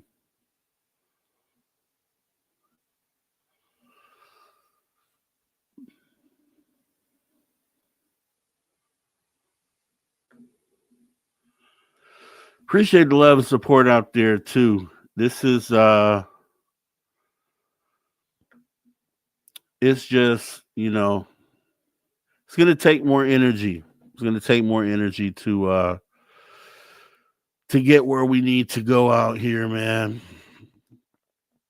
Right? I mean, we talk about racism, all this stuff. We know that's out in the community, but the last thing you would suspect is to see it in your circle. That's the part where that's the mind-blowing part. Is you get a rude awakening to someone you may share a laugh with, or share a drink with, or just spend any time with, and just to see, you know, where that person, where their heart really lies. And it's like, ugh, yeah. Who's asked, do we have to kick Rob? You know what, Joe? No one's. We just need to hug. We need to hug people. That's what, and some people might need hugs, and that might be really what it is at the end of the day. That person might need a hug. Who knows what's going on in their personal life to where they feel the way that they feel. And that's kind of how I look at it. Because you got to, you know, you got to be the one willing to step out there and initiate the good experience, right? The good interaction with the world. Because if you count on other people to do it for you, yeah, you'll find yourself in a lot of situations where people didn't want to do the work. So you kill them with kindness, you kill them with love, and if they're in that miserable place, if that's where they live, that's where they'll continue to live, you know, and you know, it just sometimes you gotta talk about it. You can't not talk about it. Sometimes you gotta talk about it, obviously, without naming names or doing any of the messy stuff. You're able to get stuff off your chest, and then that person knows who they are, so they hopefully, if they have any conscience or morals as a human being, then they feel like a POS. And I don't, you know, that's just how I feel about it. But it ain't none of you guys out there. So just best believe I love all you guys. You ain't got to worry about it. It's all good. We want retribution all the time. That's what we want. J2 Seeker, exactly, Rob G. And the Sasquatches agree. Okay, that's what I'm talking about. It's love. It's all love. It's all love. You guys are awesome. We're going to keep making this thing move. We're going to keep having conversations to move the needle. And if jealousy is out there and jealousy, you know, attempts to kind of shadow or shade what it is that we're doing, we're just going to keep doing it. And we're going to keep doing it better. And we're going to keep raising the bar. And that's what we're going to do. So with that being said, this is a great time to rock out to our closing song here, Retribution. Because we do want retribution. You know, they've been holding the secret back for 80 years at least. Then not only do you have to wade through that mud, you also have to deal with people who are supposed to be in your support area, you know, looking at you with the side eye and putting bad energy on you, bad juju. So this is definitely a time to rock out to the closing theme song. And that's what we're going to do. As I get ready to get up out of here, you guys be safe tonight. I'm going to try to do the same. You guys all take care.